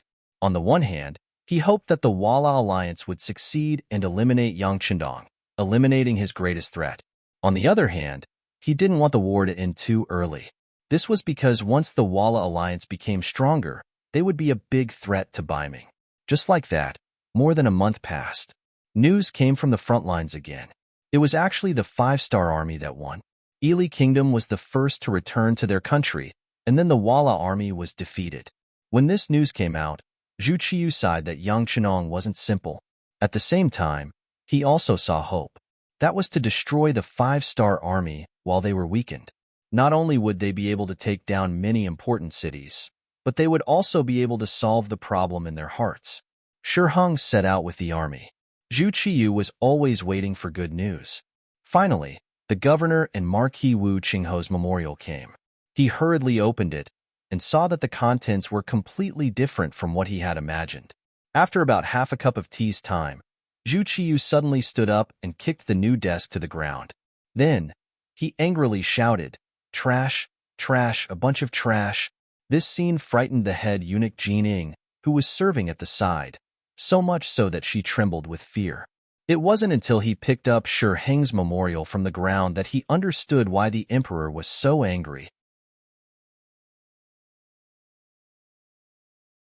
Chapter 996. Shi Hong had blasted the troops before they had even set off. Then, he requested to negotiate with the 5-star army. He also said that if they had to fight with the 5-star army now, even if they won, it would be a Pyrrhic victory. If the Walla army took the opportunity to attack, they would not be able to fight back. At that time, Ming would be in danger. Nearly 400,000 soldiers. They are only dealing with a few tens of thousands of exhausted 5-star army, yet they are still so timid. What do you think they are for? Zhu Qiyu condensed the anger in his heart into one sentence and asked Jining, who was standing beside him, "Your Majesty, should we send another general to replace Governor Shi?" Jining tried to suggest another method. "It's too late, it's too late. As long as the 5-star army is given enough time to rest and reorganize, they will be able to recover quickly. If that's the case, it will be like what Shi Hong said. Even if we defeat the 5-star army, it will be a Pyrrhic victory." Zhu Qiyu shook his head. Opportunities were often fleeting. Any waiting could cause them to miss the best opportunity. Now, the opportunity was about to pass. He did not want to fight to the death with the 5-star army just to defeat the 5-star army and not have complete confidence in killing Yang Chendong. "Your Majesty, what should we do next?" Jining saw that the battle could not start and asked for a solution. Zhu Qiyu did not answer immediately. Instead, he hesitated for a long time before he slowly said, "Summon Su Yozhen." Su Yozhen had reported to Zhu Qiyu what she had seen and heard after she returned from Shi City. She also said that Yang Chendong was very grateful and looked forward to being conferred the title of Bugnam of Gojoseon by the emperor. For this reason, not only was he willing to provide nearly 200,000 Ming soldiers with provisions for free in Sambuchuan, He was also willing to invest 5 million to help Ming build a banking system. Zhu Qiyu, who wanted to be strong, could not refuse such a request. When it came to building a bank, he had already planned to do so. Back then, his predecessor, the current emperor of the southern Ming dynasty, Zhu Qizhen, also had the same idea. It was just that when he saw how powerful the Yang family's bank had become, he gave up on the idea of building his own bank. He thought that rather than building his own bank, he might as well take it for himself. Wouldn't that be better? However, reality was ever-changing. Not long after, the Tumu rebellion occurred, and Zhu Qizhen was forced to go to the south to proclaim himself emperor. After Zhu Qiyu ascended to the throne, he thought more about gathering people's support and building a new army.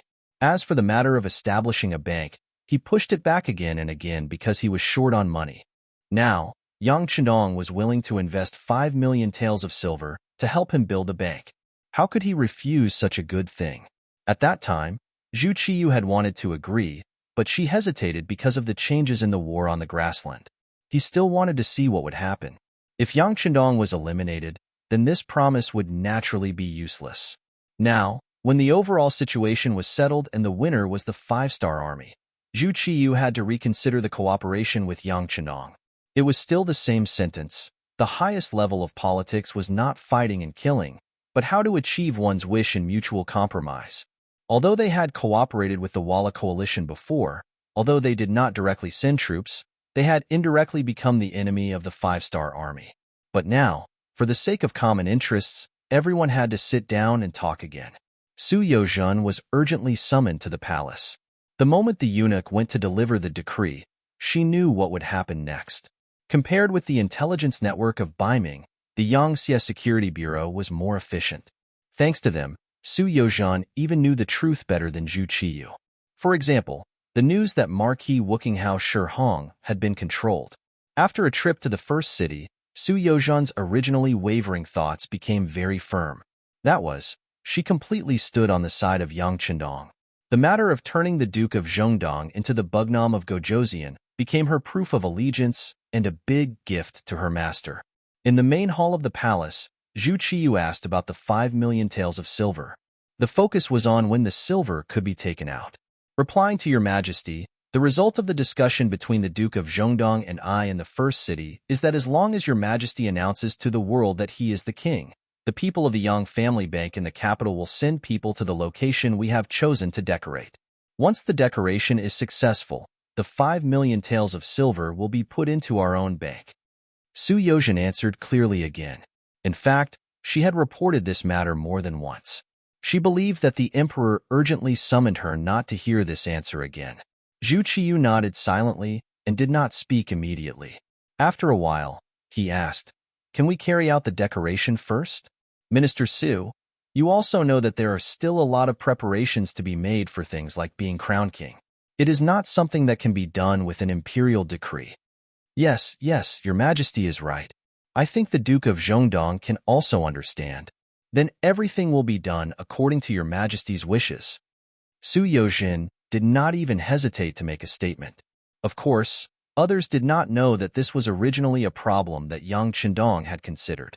In order to get the throne, he was willing to take the initiative to give in. Anyway, the silver had not entered the account, so he was not afraid of Dai Zong playing any tricks. Su Yozhen readily agreed, which made Zhu Qiyu's face reveal a very satisfied expression. He had already made the best decision for this matter. The so-called choosing a location and making preparations was just to get out of the situation. Only this could explain why Su Yozhen did not mention the imperial decree when she came back and only brought it up now. Minister Su, do you have any suggestions for the construction of the bank? Or what does Minister Su think about the management rights in this area? In a good mood, Zhu Qiyu asked another question, as if he wanted to discuss it with Su Yozhen. Su Yozhen, who was asked, showed a very surprised expression at this moment and said, "Your Majesty, you must not." Su Yozhen's big reaction was greatly out of Zhu Qiyu's expectations. "Minister Su, what do you mean?" "Your Majesty, the bank can only be managed by Your Majesty. It is like the Yang family bank belongs to Yang Chendong alone. How can you allow others to interfere?" Su Yozhen said in a firm tone. When these words were said, Zhu Qiyu's expression changed. Minister Su means that the bank belongs to us? Of course it does. After all, this is a matter of wealth and is something that everyone wants. Even if it is in the hands of others, they will not feel at ease. It is only proper for it to be managed by your majesty alone. Once again, she said in an incomparably firm tone. This also gave Zhu Qiyu incomparable confidence. Originally, he thought that it would be like the Ministry of Revenue managing the finances and should be handed over to someone else to manage it. Now that he heard Su Yozhin's words, it was as if he was enlightened and had a new idea in his mind. But then, another question came. If the bank did not belong to the court and belonged to him, would other people have an opinion? Would they not deposit money in the bank because of this? If that was the case, the bank would exist in name only. Wouldn't it be a big joke? Although he was tempted by Su Yozhin's words, after thinking about it, Zhu Qiyu could not help but say, Minister Su's words are reasonable, but if it is like this, I'm afraid it will be too difficult to operate. Su Yozhin pretended to be serious and obedient, but at the same time, she could see the desire in Zhu Qiyu's eyes. She sneered in her heart and pretended to be distressed as she said, Your Majesty, you are too considerate of your subject. Haha. No one disliked being flattered, and Zhu Qiyu was no exception. But Your Majesty, forgive this subject for speaking bluntly, but you actually— Su Yozhin did not have any intention of finishing her words. On the contrary, she revealed an expression of wanting to say something. Sensing that Su Yozhin had something to say, Zhu Qiyu said, Minister Su, if you have something to say, just say it. We will pardon you. Many thanks, Your Majesty. What this subject wants to say is that if you don't take the bank for yourself, it will be the same as harming Ming. Su Yozhin acted as if she had no other choice. When he said this, Ning, who had been standing to the side without speaking, immediately rebuked angrily, Minister Su, how dare you? Wait, this is what we want Minister Su to say. Please continue. On the other hand, Zhu Qiyu gestured to Ning not to interrupt. Then, he looked at Su Yozhin seriously. He really wanted to hear what this person had to say next and how he was going to harm Ming. Thank you, Your Majesty, for your forgiveness. Since it is like this subject will speak bluntly, Su Yozhin said gratefully. What we want to hear is Minister Su speak bluntly. Speak. Zhu Qiyu acted as if he knew how to accept people. Yes. With a forced expression, Su Yozhin opened her mouth and said, Your Majesty, you've always been very benevolent and considerate of your subjects. But do you know that if you give too much, not only will you not accept people's gratitude, it will instead be recognized as a habit? Over time, everyone will think that everything they are receiving now is deserved. Once the day comes when the court needs money and grain, how many people will take out their own money to support the court? When these words were spoken, Zhu Qiyu immediately thought of when he had first established the new army. When he needed money, almost everyone was trying to shirk it. In the end, he had no choice but to continuously borrow money from Yang Qinong. The feeling of a high and mighty emperor borrowing money from his subjects was naturally very unpleasant. When he faced Yang Qinong, he always felt that he lacked confidence. Was it all because he was too good to his subjects? Thinking of this, he asked in confusion, Are there really not many people in the court who are willing to work for us sincerely? Chapter 997. Yes, of course. If there are evil people, there are good people as well. Su Yozhin continued, at the same time, there are those who take everything for granted, and those who know how to be grateful. For example, those who believe that everything they have is given to them by Your Majesty, so they will be grateful. For example, the officials who have been promoted by Your Majesty, as well as Jin Gongong and the others who have the fortune to serve by Your Majesty's side every day. We all know that everything we have was given to us by Your Majesty. To say something disrespectful, if there comes a day when Your Majesty is no longer here, everything we have will also be gone. For this reason, we are willing to give everything to you. No matter what decision you make, we will support you unconditionally and do as you say. Because in a sense, when we help the emperor, we are thinking about our own future. When these words were said, the first to react was Ning, who was standing beside Zhu Qiyu. As eunuchs, because of their own limitations, They could only rely on and had to rely on the emperor. As long as they received the emperor's approval, their future paths would be smooth and their work would be smooth. For example, they were a group of parasites that lived on the main body. If they wanted to live comfortably, they needed the main body to be strong enough. It was precisely because she understood these principles that when Su Yozhen said these words, Jining felt the same way and revealed a grateful expression. This was equivalent to Su Yozhen reminding the emperor that he was a trustworthy person. Of course, he had to make friends with a minister who was willing to speak up for him. Zhu Qiyu did not feel the same way as Jining, but she also knew that there was some truth in these words. Just as it was often said in the history books, a new emperor had a new court of officials. Many times, the relationship between the officials and the emperor was a cooperative one. Of course, there were those who cooperated and those who did not. For example, some people were good at creating their own net. No matter what happened above them, they would stand firm and not fall. This kind of person was the scariest and most hateful because they would not truly give their heart to any master.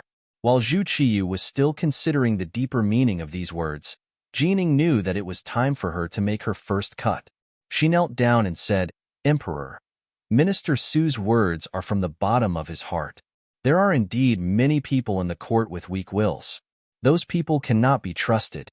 Jin Ying's words completely dispelled the misgivings in Zhu Qiyu's heart. He had thought through everything. When he looked at Su Yozhen, his face was full of emotion. "Official Su is indeed my right-hand man. What you said hit the nail on the head." I don't dare. Su Yozhen repeatedly declined. Then in Minister Su's opinion, this bank must be in our hands? If that's the case, is there anyone who has money in it? Zhu Qiyu asked the biggest question in his heart, which was also the thing he was most worried about. It wasn't just Zhu Qiyu. Jin Ying, who was kneeling on the ground, also raised her head to look at Su Yozhen. In his opinion, there were a lot of stubborn people in the imperial court, and there were also a lot of people who only thought about themselves. If the bank was privately owned by the emperor, they would definitely think of ways to cause trouble. Not only would they not deposit money, but they would also probably tell others not to deposit money. If that was the case, wouldn't there be no meaning in having a bank without money? Su Yozhen, who had long been prepared for this, did not change his expression. His voice was still sonorous and powerful. "Emperor, this is not difficult to solve. Just as I said earlier, Your Majesty is always thinking of your officials. But how many officials truly think of Your Majesty? I think that the establishment of this bank can be used as the best way to test the waters." "How do you plan to test it?" Zhu Qiyu asked urgently. "Your Majesty, in this official's humble opinion, in the future, the officials can go to the bank to claim their salaries. In order to support the bank, which is to support Ming, all the officials must hand over 50% of their salaries to the bank each month as deposits. Once the Northern Ming dynasty unified the world, all of the silver that had been deposited could be withdrawn. This way, not only will there be more money in the bank, it will also affect their own interests. This way, they won't have to worry about not doing their best in the future. Not only the officials, but also the merchants in Ming. The bigger the business, the more money they save. It can also be called a deposit. This is to prevent them from doing anything that would harm Ming's interests. Once discovered, the deposits will be confiscated. This way, in order to get back their own money, they must fully cooperate with the emperor. When that time comes, the hearts of the world will be united. What can't they do?" With these generous words, Su Yozhen finally touched on Zhu Qiyu's sore spot. He said, "In this official's opinion, the bank can be named the Zhu family bank. In the future, it will be passed down from generation to generation. At that time, Your Majesty's wise actions will be passed down for generations to come. The Zhu family bank will be passed down for generations to come, and its glory will be passed down for generations to come." Zhu Qiyu silently recited in his heart. Then, he raised his right fist high and slammed it down. He shouted, "Good. Beloved official Su's words are to my liking. It is a good plan for stabilizing the country. Great talent, great talent. Yes, Minister Su is so considerate of Your Majesty. You should be rewarded." To the side, Jining began to add on. He had a feeling that once the emperor approved the establishment of the Zhu family bank, it was very likely that this job would eventually land on his head. In that case, his power would greatly increase. All of this was Su Yozhin's suggestion. In order to return the favor, he had to stand up and say something for the other party. When Jin Ying's praise came out, Zhu Qiyu also felt that it was reasonable. Good. Beloved official Su is indeed a good official. Since that is the case, I will immediately decree that beloved official Su will be the Crown Prince's junior tutor, as well as a grand scholar, and the Minister of Justice. This was a second-rank official directly promoted from a second-rank official to a first-rank official. When he had first mentioned these suggestions in the first city, Yang Chendong had predicted that Su Yozhin would be promoted because of this. He had not thought that there would be results so quickly. As expected, he was promoted by a rank. After the Great Ming dynasty was divided into North and South, there was no longer a cabinet. The highest civil official was second-rank official. Su Yozhin stood out and became the second-rank official. He immediately knelt down to express his gratitude. Haha, beloved official Su, please rise. The suggestion just now was very good. However, regarding the official salary, I think the bank should only withhold 30%. They are also working for me, so I have to be considerate of them. Zhu Qiyu said in a very good mood. Your Majesty sympathizes with your officials. This is the good fortune of your officials. Here, I thank your Majesty on behalf of all the officials. Su Yozhin once again knelt on the ground with an appearance of being sincerely convinced. These words made Zhu Qiyu laugh heartily. Soon after, the three of them decided on the matter of the Zhu family's bank. In the end, Zhu Qiyu indeed handed the matter over to Jin Ying to handle. He also clearly said that if any of the officials caused trouble because of this matter and did not cooperate, then find a reason to arrest them. This was clearly not supporting his great cause. He even had to make thoughtless remarks about deducting some money. Did he expect them to be willing to risk their lives at the crucial moment? The matter was settled just like that. Su Yozhin successfully completed the task Yang Chendong gave him and pushed Baiming's political power to the edge of the cliff. Speaking of which, the official salary in the Ming dynasty was not high, especially in the beginning during Emperor Taizu's time. Even after experiencing the rule of Renchuanji, although the salary had increased to a certain extent, it was only 30% every month. Now, this 30% had been completely taken by Zhu Qiyu. In other words, for ordinary officials, it would be difficult for them to save up anymore. This involved their own problems, so naturally, many people would stand up and react. If they could not obtain a solution and had to use force to forcefully suppress it, it would only lead to greater resistance and dissatisfaction. Once the people were dissatisfied, the giant Baiming was not far from collapsing. This was Yang Chendong's move to use a peaceful method to solve the Ming dynasty's problem. Now, it seemed that Zhu Qiyu had already fallen for it. Perhaps it would take a certain amount of time, or a very long time for it to take effect. But after all, the first step had already been taken, right? Su Yozhin left. He did not return to his residence. Instead, he went directly to the Yang family bank in the capital to explain the Baiming emperor's intentions. Soon, the location of the Zhu family bank and the establishment of the corresponding equipment were on the right track. Next, they had to consider the important matter of issuing an imperial edict for Yang Chendong to be Bugnam of Gojoseon. On the grassland, all the reports from Su Yozhin came from the Security Bureau. Yang Chendong was overjoyed. The matter was settled. The next thing was to settle the grassland matter. It was already the 10th month of 1455 AD. The weather began to cool down in the morning and evening. After the war, the grassland was about to enter a relatively peaceful period of development. The 100,000 people sent by Qiqian City arrived at Shajing City and Jingzhou City one after another, greatly increasing the population of the city. At the same time, the expansion of the city also sped up with the arrival of the 100,000 people.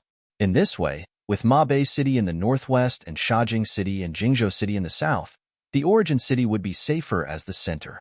They could also expand the scale of the original cultivated land. This time, Yang Chendong asked for at least a total of 1 million hectares of fertile land to achieve self-sufficiency. At the same time, it could also support the Third Master Lu and other troops going to the grassland of northern Siberia. Building a city was not only about possession and existence. How to develop it and let the people live a more prosperous life was Yang Qindong's ultimate goal. He firmly believed that as long as the lives of the people were better, a country would become more stable and powerful. In order to protect the fruits of their hard-won victory, more people would be willing to do more for the power or the country.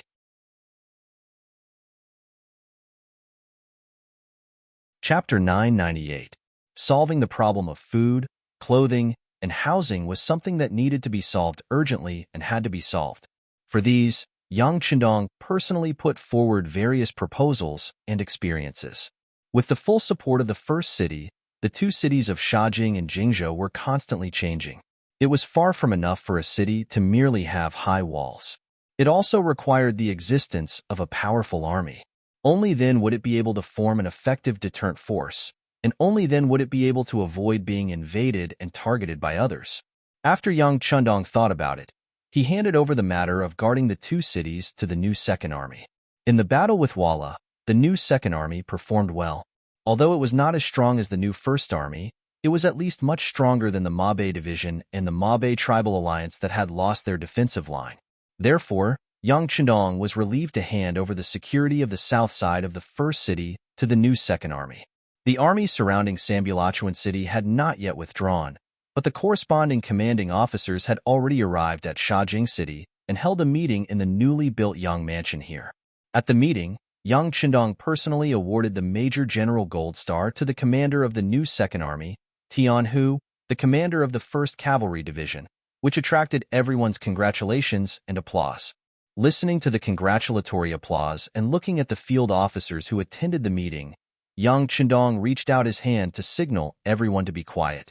Then he encouraged, comforted, and at the same time said in a cheering tone, "Today, Shibi and Tian Hu were promoted to Major General, but there will be more generals in the future. In the future, we will form a new army, the new 4th Army, or even more. As long as you have the strength and ability, then don't be afraid of not having a chance to show off." In the first city defense battle, Yang Qindong saw his own shortcomings. That was, when facing a strong enemy, the soldiers in his hands were still too few. It could be said that his foundation was too weak. It had only been a few years, and he pursued the path of elite soldiers. As the first city had completely gained a firm foothold on the grassland, Yang Qindong's requirements for the elite cavalry were also constantly increasing, from a small number of elite cavalry to a large number of elite cavalry. After the meeting, Yang Qindong stayed behind and talked about the situation on the grassland. "The Ming army won't be able to surround us for too long. Young master, I might have to leave this place for a while. Do you know what to do?" In the face of this interview, Sherbet nodded heavily and said, "Sixth young master, thank you for handing such a heavy responsibility to me. I will not let you down. I have also considered the following matters. There are 3 main points that I would like to ask the 6th young master to correct. Tell me about it." Seeing that he was prepared, Yang Qindong nodded with satisfaction. The reason why he promoted this person's position so quickly was that he had a good view of the overall situation. Now it seemed that he did not disappoint him along the way. Sherbet began to express his opinions. The first point was to stabilize Shajing City and Jingzhou City and build them here at the same time. Not only would they become the southern barrier of the first city, but they would also become the new base of the 5-star army. Once they attacked from the south, it would become the most solid defense. The second point was how to have a good relationship with the Ming army. It was neither too far nor too close. They would not make a move, but they would also make the other party afraid. The third point was to develop commerce and handicraft industry. Sherbet mentioned that he had seen some weaving factories built in the first city. He thought that it was possible to move some of them to Shajing City and continue to develop. At the same time, he could also use the natural advantages here to raise a large number of horses and sheep. In short, he wanted to be self-sufficient as soon as possible. Very good. After listening to Sherbet's speech, Yang Qindong gave him a lot of encouragement and then said, "This time, I will move the people of the 2 cities to the first city and Mabe City. At that time, the total of 100,000 people in the 2 cities will be completely trustworthy. They will be very obedient. This will be more conducive for you to carry out your plan. I hope that the next time I come, I can see a different appearance of the 2 cities. Is there any problem?" "I promise to complete the task." Sherbet took the initiative to stand up and answer, "Very good. Then you can do things according to the plan in your heart. If you need anything, your old superior, the new army commander Tiger's Mane, the logistics division commander Yang Si, and the lord of the first city, Yu Mian, will do their best to support you." Yang Chendong patted Sherbet's shoulder and gave him high hopes. After Sherbet left, Tiger's Mane walked into the main tent and sat opposite Yang Chendong. In the face of this page boy who had followed him for many years, Yang Chendong had always given him a lot of trust. Many important things would be handed over to this person to do. This time was no exception. He handed over the preparation of the new army to him. Tiger's Mane, when choosing an army, you have to choose a general first. It is very important to choose the commander of the new army. Without any pleasantries, Yang Chendong went straight to the point. "Young master, what do you think of Su He?" Tiger's Mane also came prepared. He knew that the reason why the first city defense battle was fought this time, including the young master sending the Wolfang special forces to hold Shihong, was all because of the lack of military strength.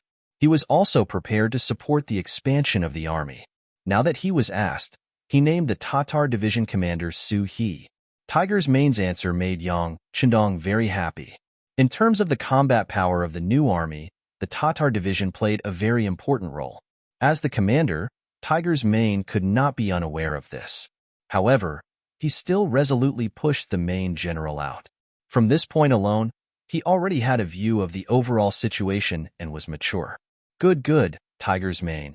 You have finally grown up. Young master can also rest assured. That's it. Su He will be the temporary commander of the new army. You can tell him that when the new army is completed and has enough combat power, I will personally confer the rank of Major General to him. Well, after this battle, the new Second Army and the new First Army also suffered a lot of losses. We can consider replenishing them. As for the new army, after the Tatar division is gone, they can join other divisions. In short, their combat power cannot be weakened. Young master, I will see all of this when I come to the grassland next time. Young master, please rest assured. Tiger's Mane's gaze was firm, and his voice was strong as he replied.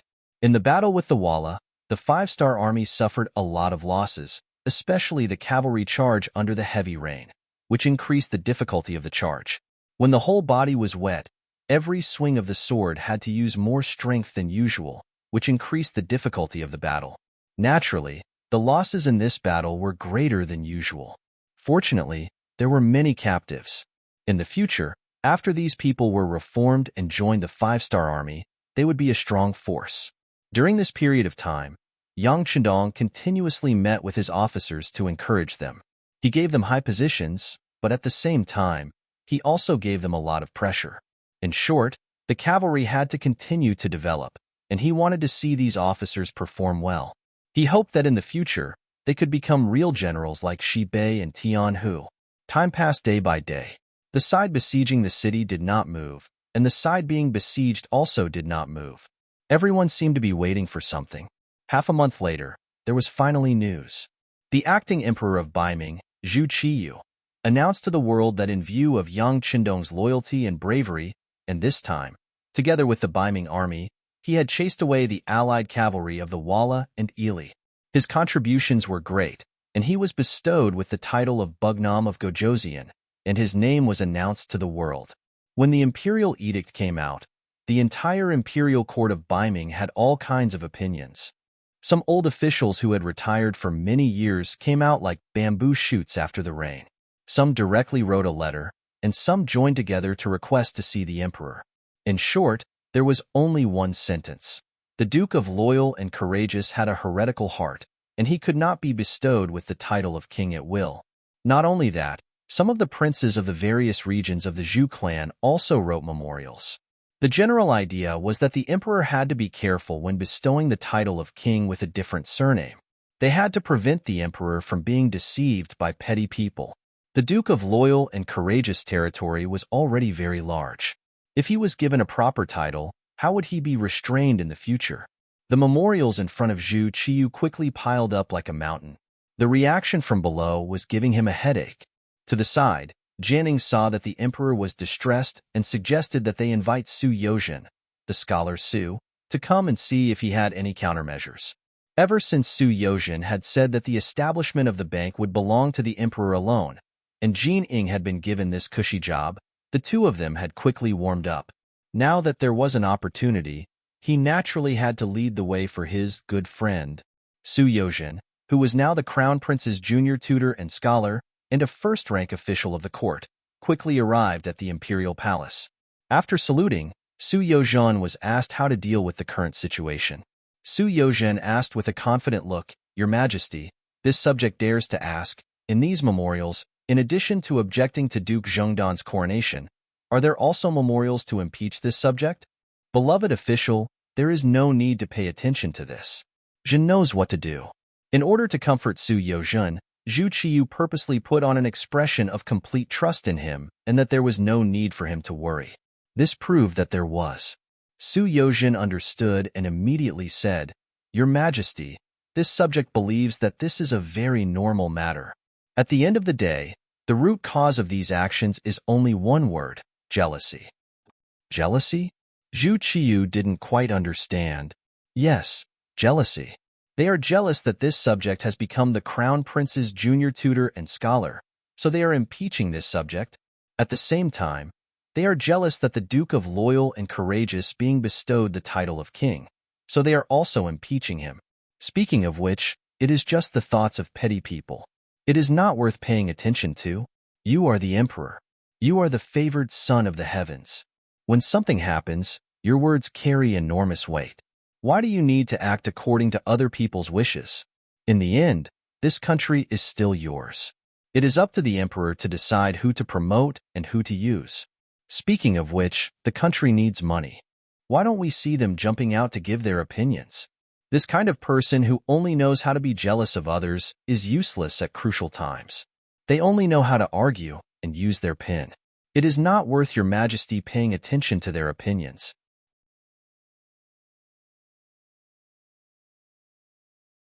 Chapter 999. Su Yozhen had publicly slandered a colleague. If word of this got out, it would be difficult for him to maintain a foothold in the court. However, he still said it. He was certain that neither Zhu Qiyu nor Jining would say it out loud. From a certain perspective, they were already in the same boat. They were bound together for good or ill. These words caused Zhu Qiyu to fall silent. Of course, he knew that some of the court officials were full of self-awareness. If it were a prosperous time, they might have some knowledge of how to govern the country. However, when the country was in danger, it was already good enough that these people didn't cause trouble. These people didn't deserve his attention. However, there were so many memorials here. He couldn't just ignore them. Now, he didn't even dare to go to court. As soon as he went to court, he would be met with the objections of his subordinates. It was a headache. Zhu Qiyu didn't say anything.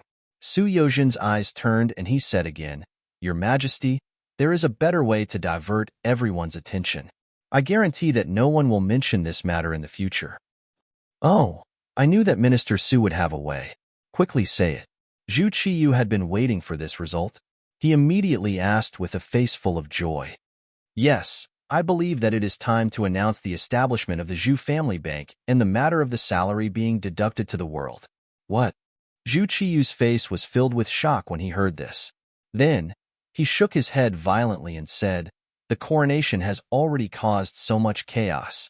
If the matter of the bank is also revealed, won't it be even more chaotic?" "It won't." In order to strengthen Zhu Qiyu's heart, Su Yozhen took the initiative to say, "Your Majesty, instead of doing all that you can to suppress the side effects of the coronation, you shouldn't reveal the matter of the bank. Let's see how they deal with it. When the time comes, your Majesty will use all your power as the Son of Heaven to suppress it. Everything will be fine." Su Yozhen's intention was quite obvious. Since there was going to be chaos, it was better to release all the things that were going to be chaotic. In this way, the first chaos would still be chaos, and the second chaos would still be chaos. It was better than solving things one by one. "Your Majesty, Lord Su's words are reasonable." Jining saw an opportunity and spoke up to encourage him. This was actually what he wanted to say. Jining naturally did not care about the chaos caused by Yang Qindong's coronation. If it was possible, he would have opposed being crowned king. However, if he did not give the throne, the 5 million taels of silver would be in his hands. Helpless, he could only take a step back. Now that the matter was in chaos, it was unknown how long it would take for the bank to be built. How could he reap any benefits from it? In short, Jin Ying's idea was that the earlier the bank was established, the earlier he could make money. As for whether it was chaotic or not, what did that have to do with him? After Jining added, Su Yozhen spoke for the third time. Your Majesty, the matter of the bank is related to the foundation of the country. The earlier it is established, the earlier we can make money. We can also solve my Ming problem earlier. Your Majesty, this subject wants to see the day when the Northern, Southern, and Great Ming are united. This subject sincerely hopes that this day will come soon. As he spoke, Su Yozhen knelt on the ground with a thump. His eyes seemed to be filled with tears. At this moment, he perfectly portrayed the side of a loyal subject. Just now, Zhu Qiyu was already somewhat moved. Now that he heard about unifying the Great Ming as soon as possible, the blood in his heart was instantly stirred. How could he care so much? He immediately said, Beloved official Su's heart is comforted. Since this is the case, Jining, has the matter of the bank been prepared? Your Majesty, it has been prepared. We only need to wait for the silver to arrive before we can open for business. Your Majesty, this subject will go to the Yang family bank after leaving the palace and personally escort the 5 million taels of silver to the Zhu family bank. All right, Eunuch Jin, I will need you to send the embroidered uniform guards along the way. Su Yozhen struck while the iron was hot. Well said, well said. Please do not worry, official Su. Jin Ying's face immediately bloomed with joy. When Zhu Qiyu heard their one-on-one conversation, it was as if the matter had already been settled. He knew that he had to make a decision. He immediately said, Since this is the case, we will announce this matter at the morning court tomorrow. We would like to see who will oppose this and how many of them are loyal to us. Your Majesty is wise. Su Yozhen and Jining immediately knelt on the ground and shouted, Long live the Emperor! Su Yozhen's appearance caused the spearhead that should have been directed at Yang Qindong to be directed at the Zhu family bank. When all the officials found out that in the future, 30% of their monthly salary would be deposited in the Zhu family bank and would only be taken out when Ming unified the world, there was an immediate uproar. Yang Qindong was conferred the title of Wu Nan Wang, and most of them were jealous of him.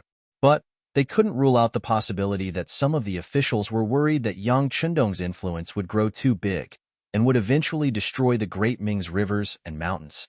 Then, where would they go? Only then did they submit memorials to the emperor one by one. It was as if they didn't do this, they wouldn't be able to show that they were loyal officials. However, the Zhu family bank was directly related to their interests.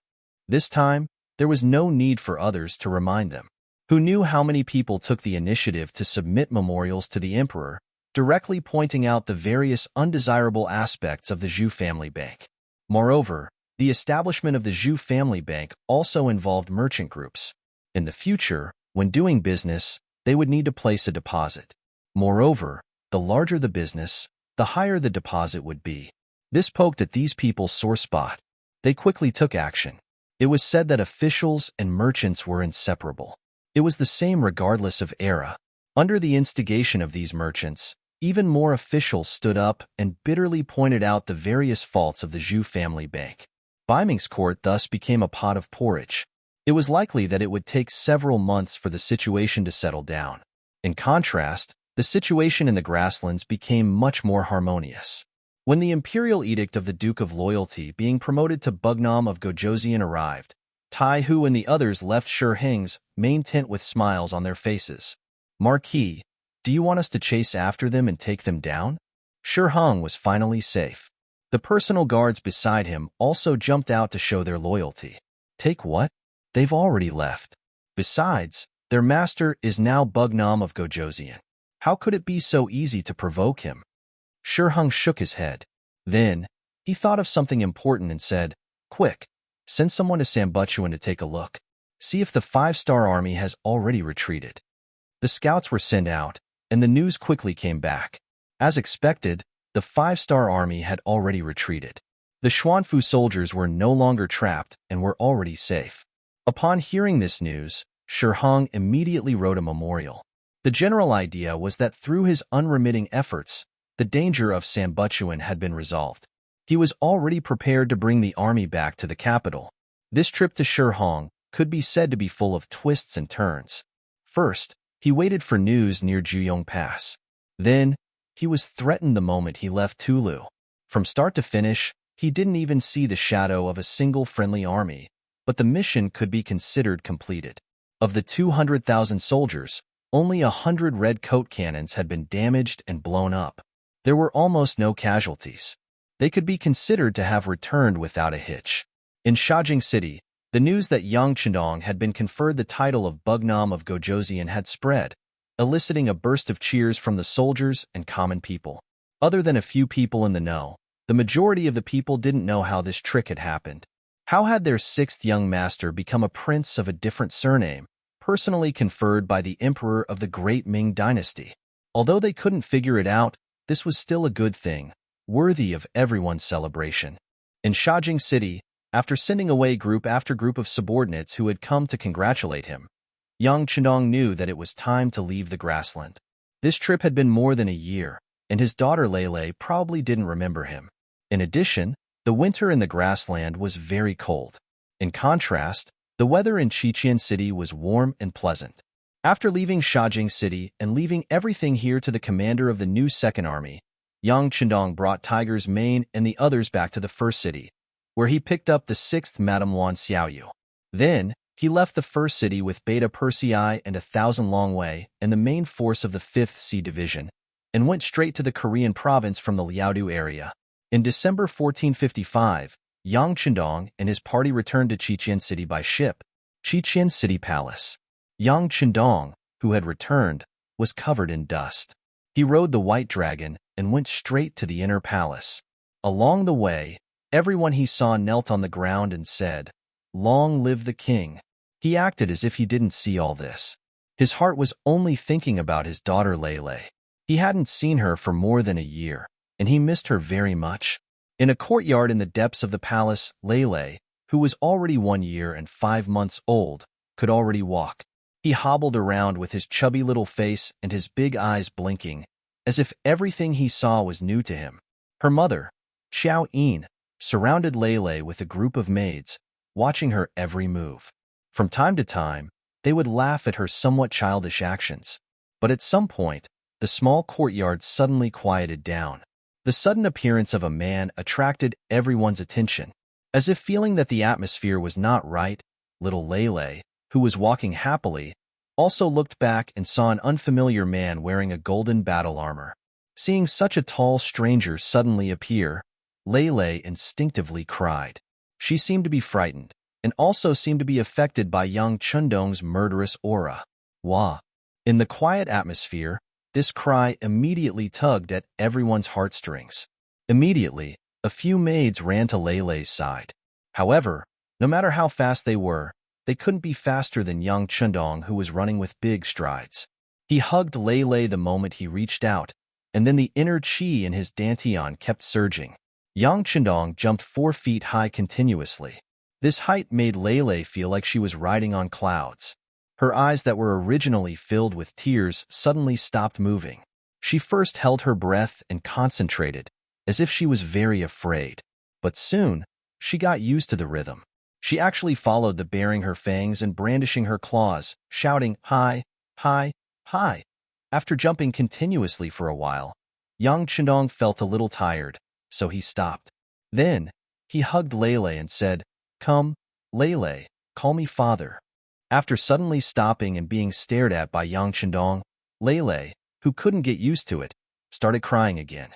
Her voice was strong and didn't sound like a girl at all. You're tuning into the Warrior Lore YouTube channel. Don't forget to subscribe and join us on this journey to catch the most captivating stories.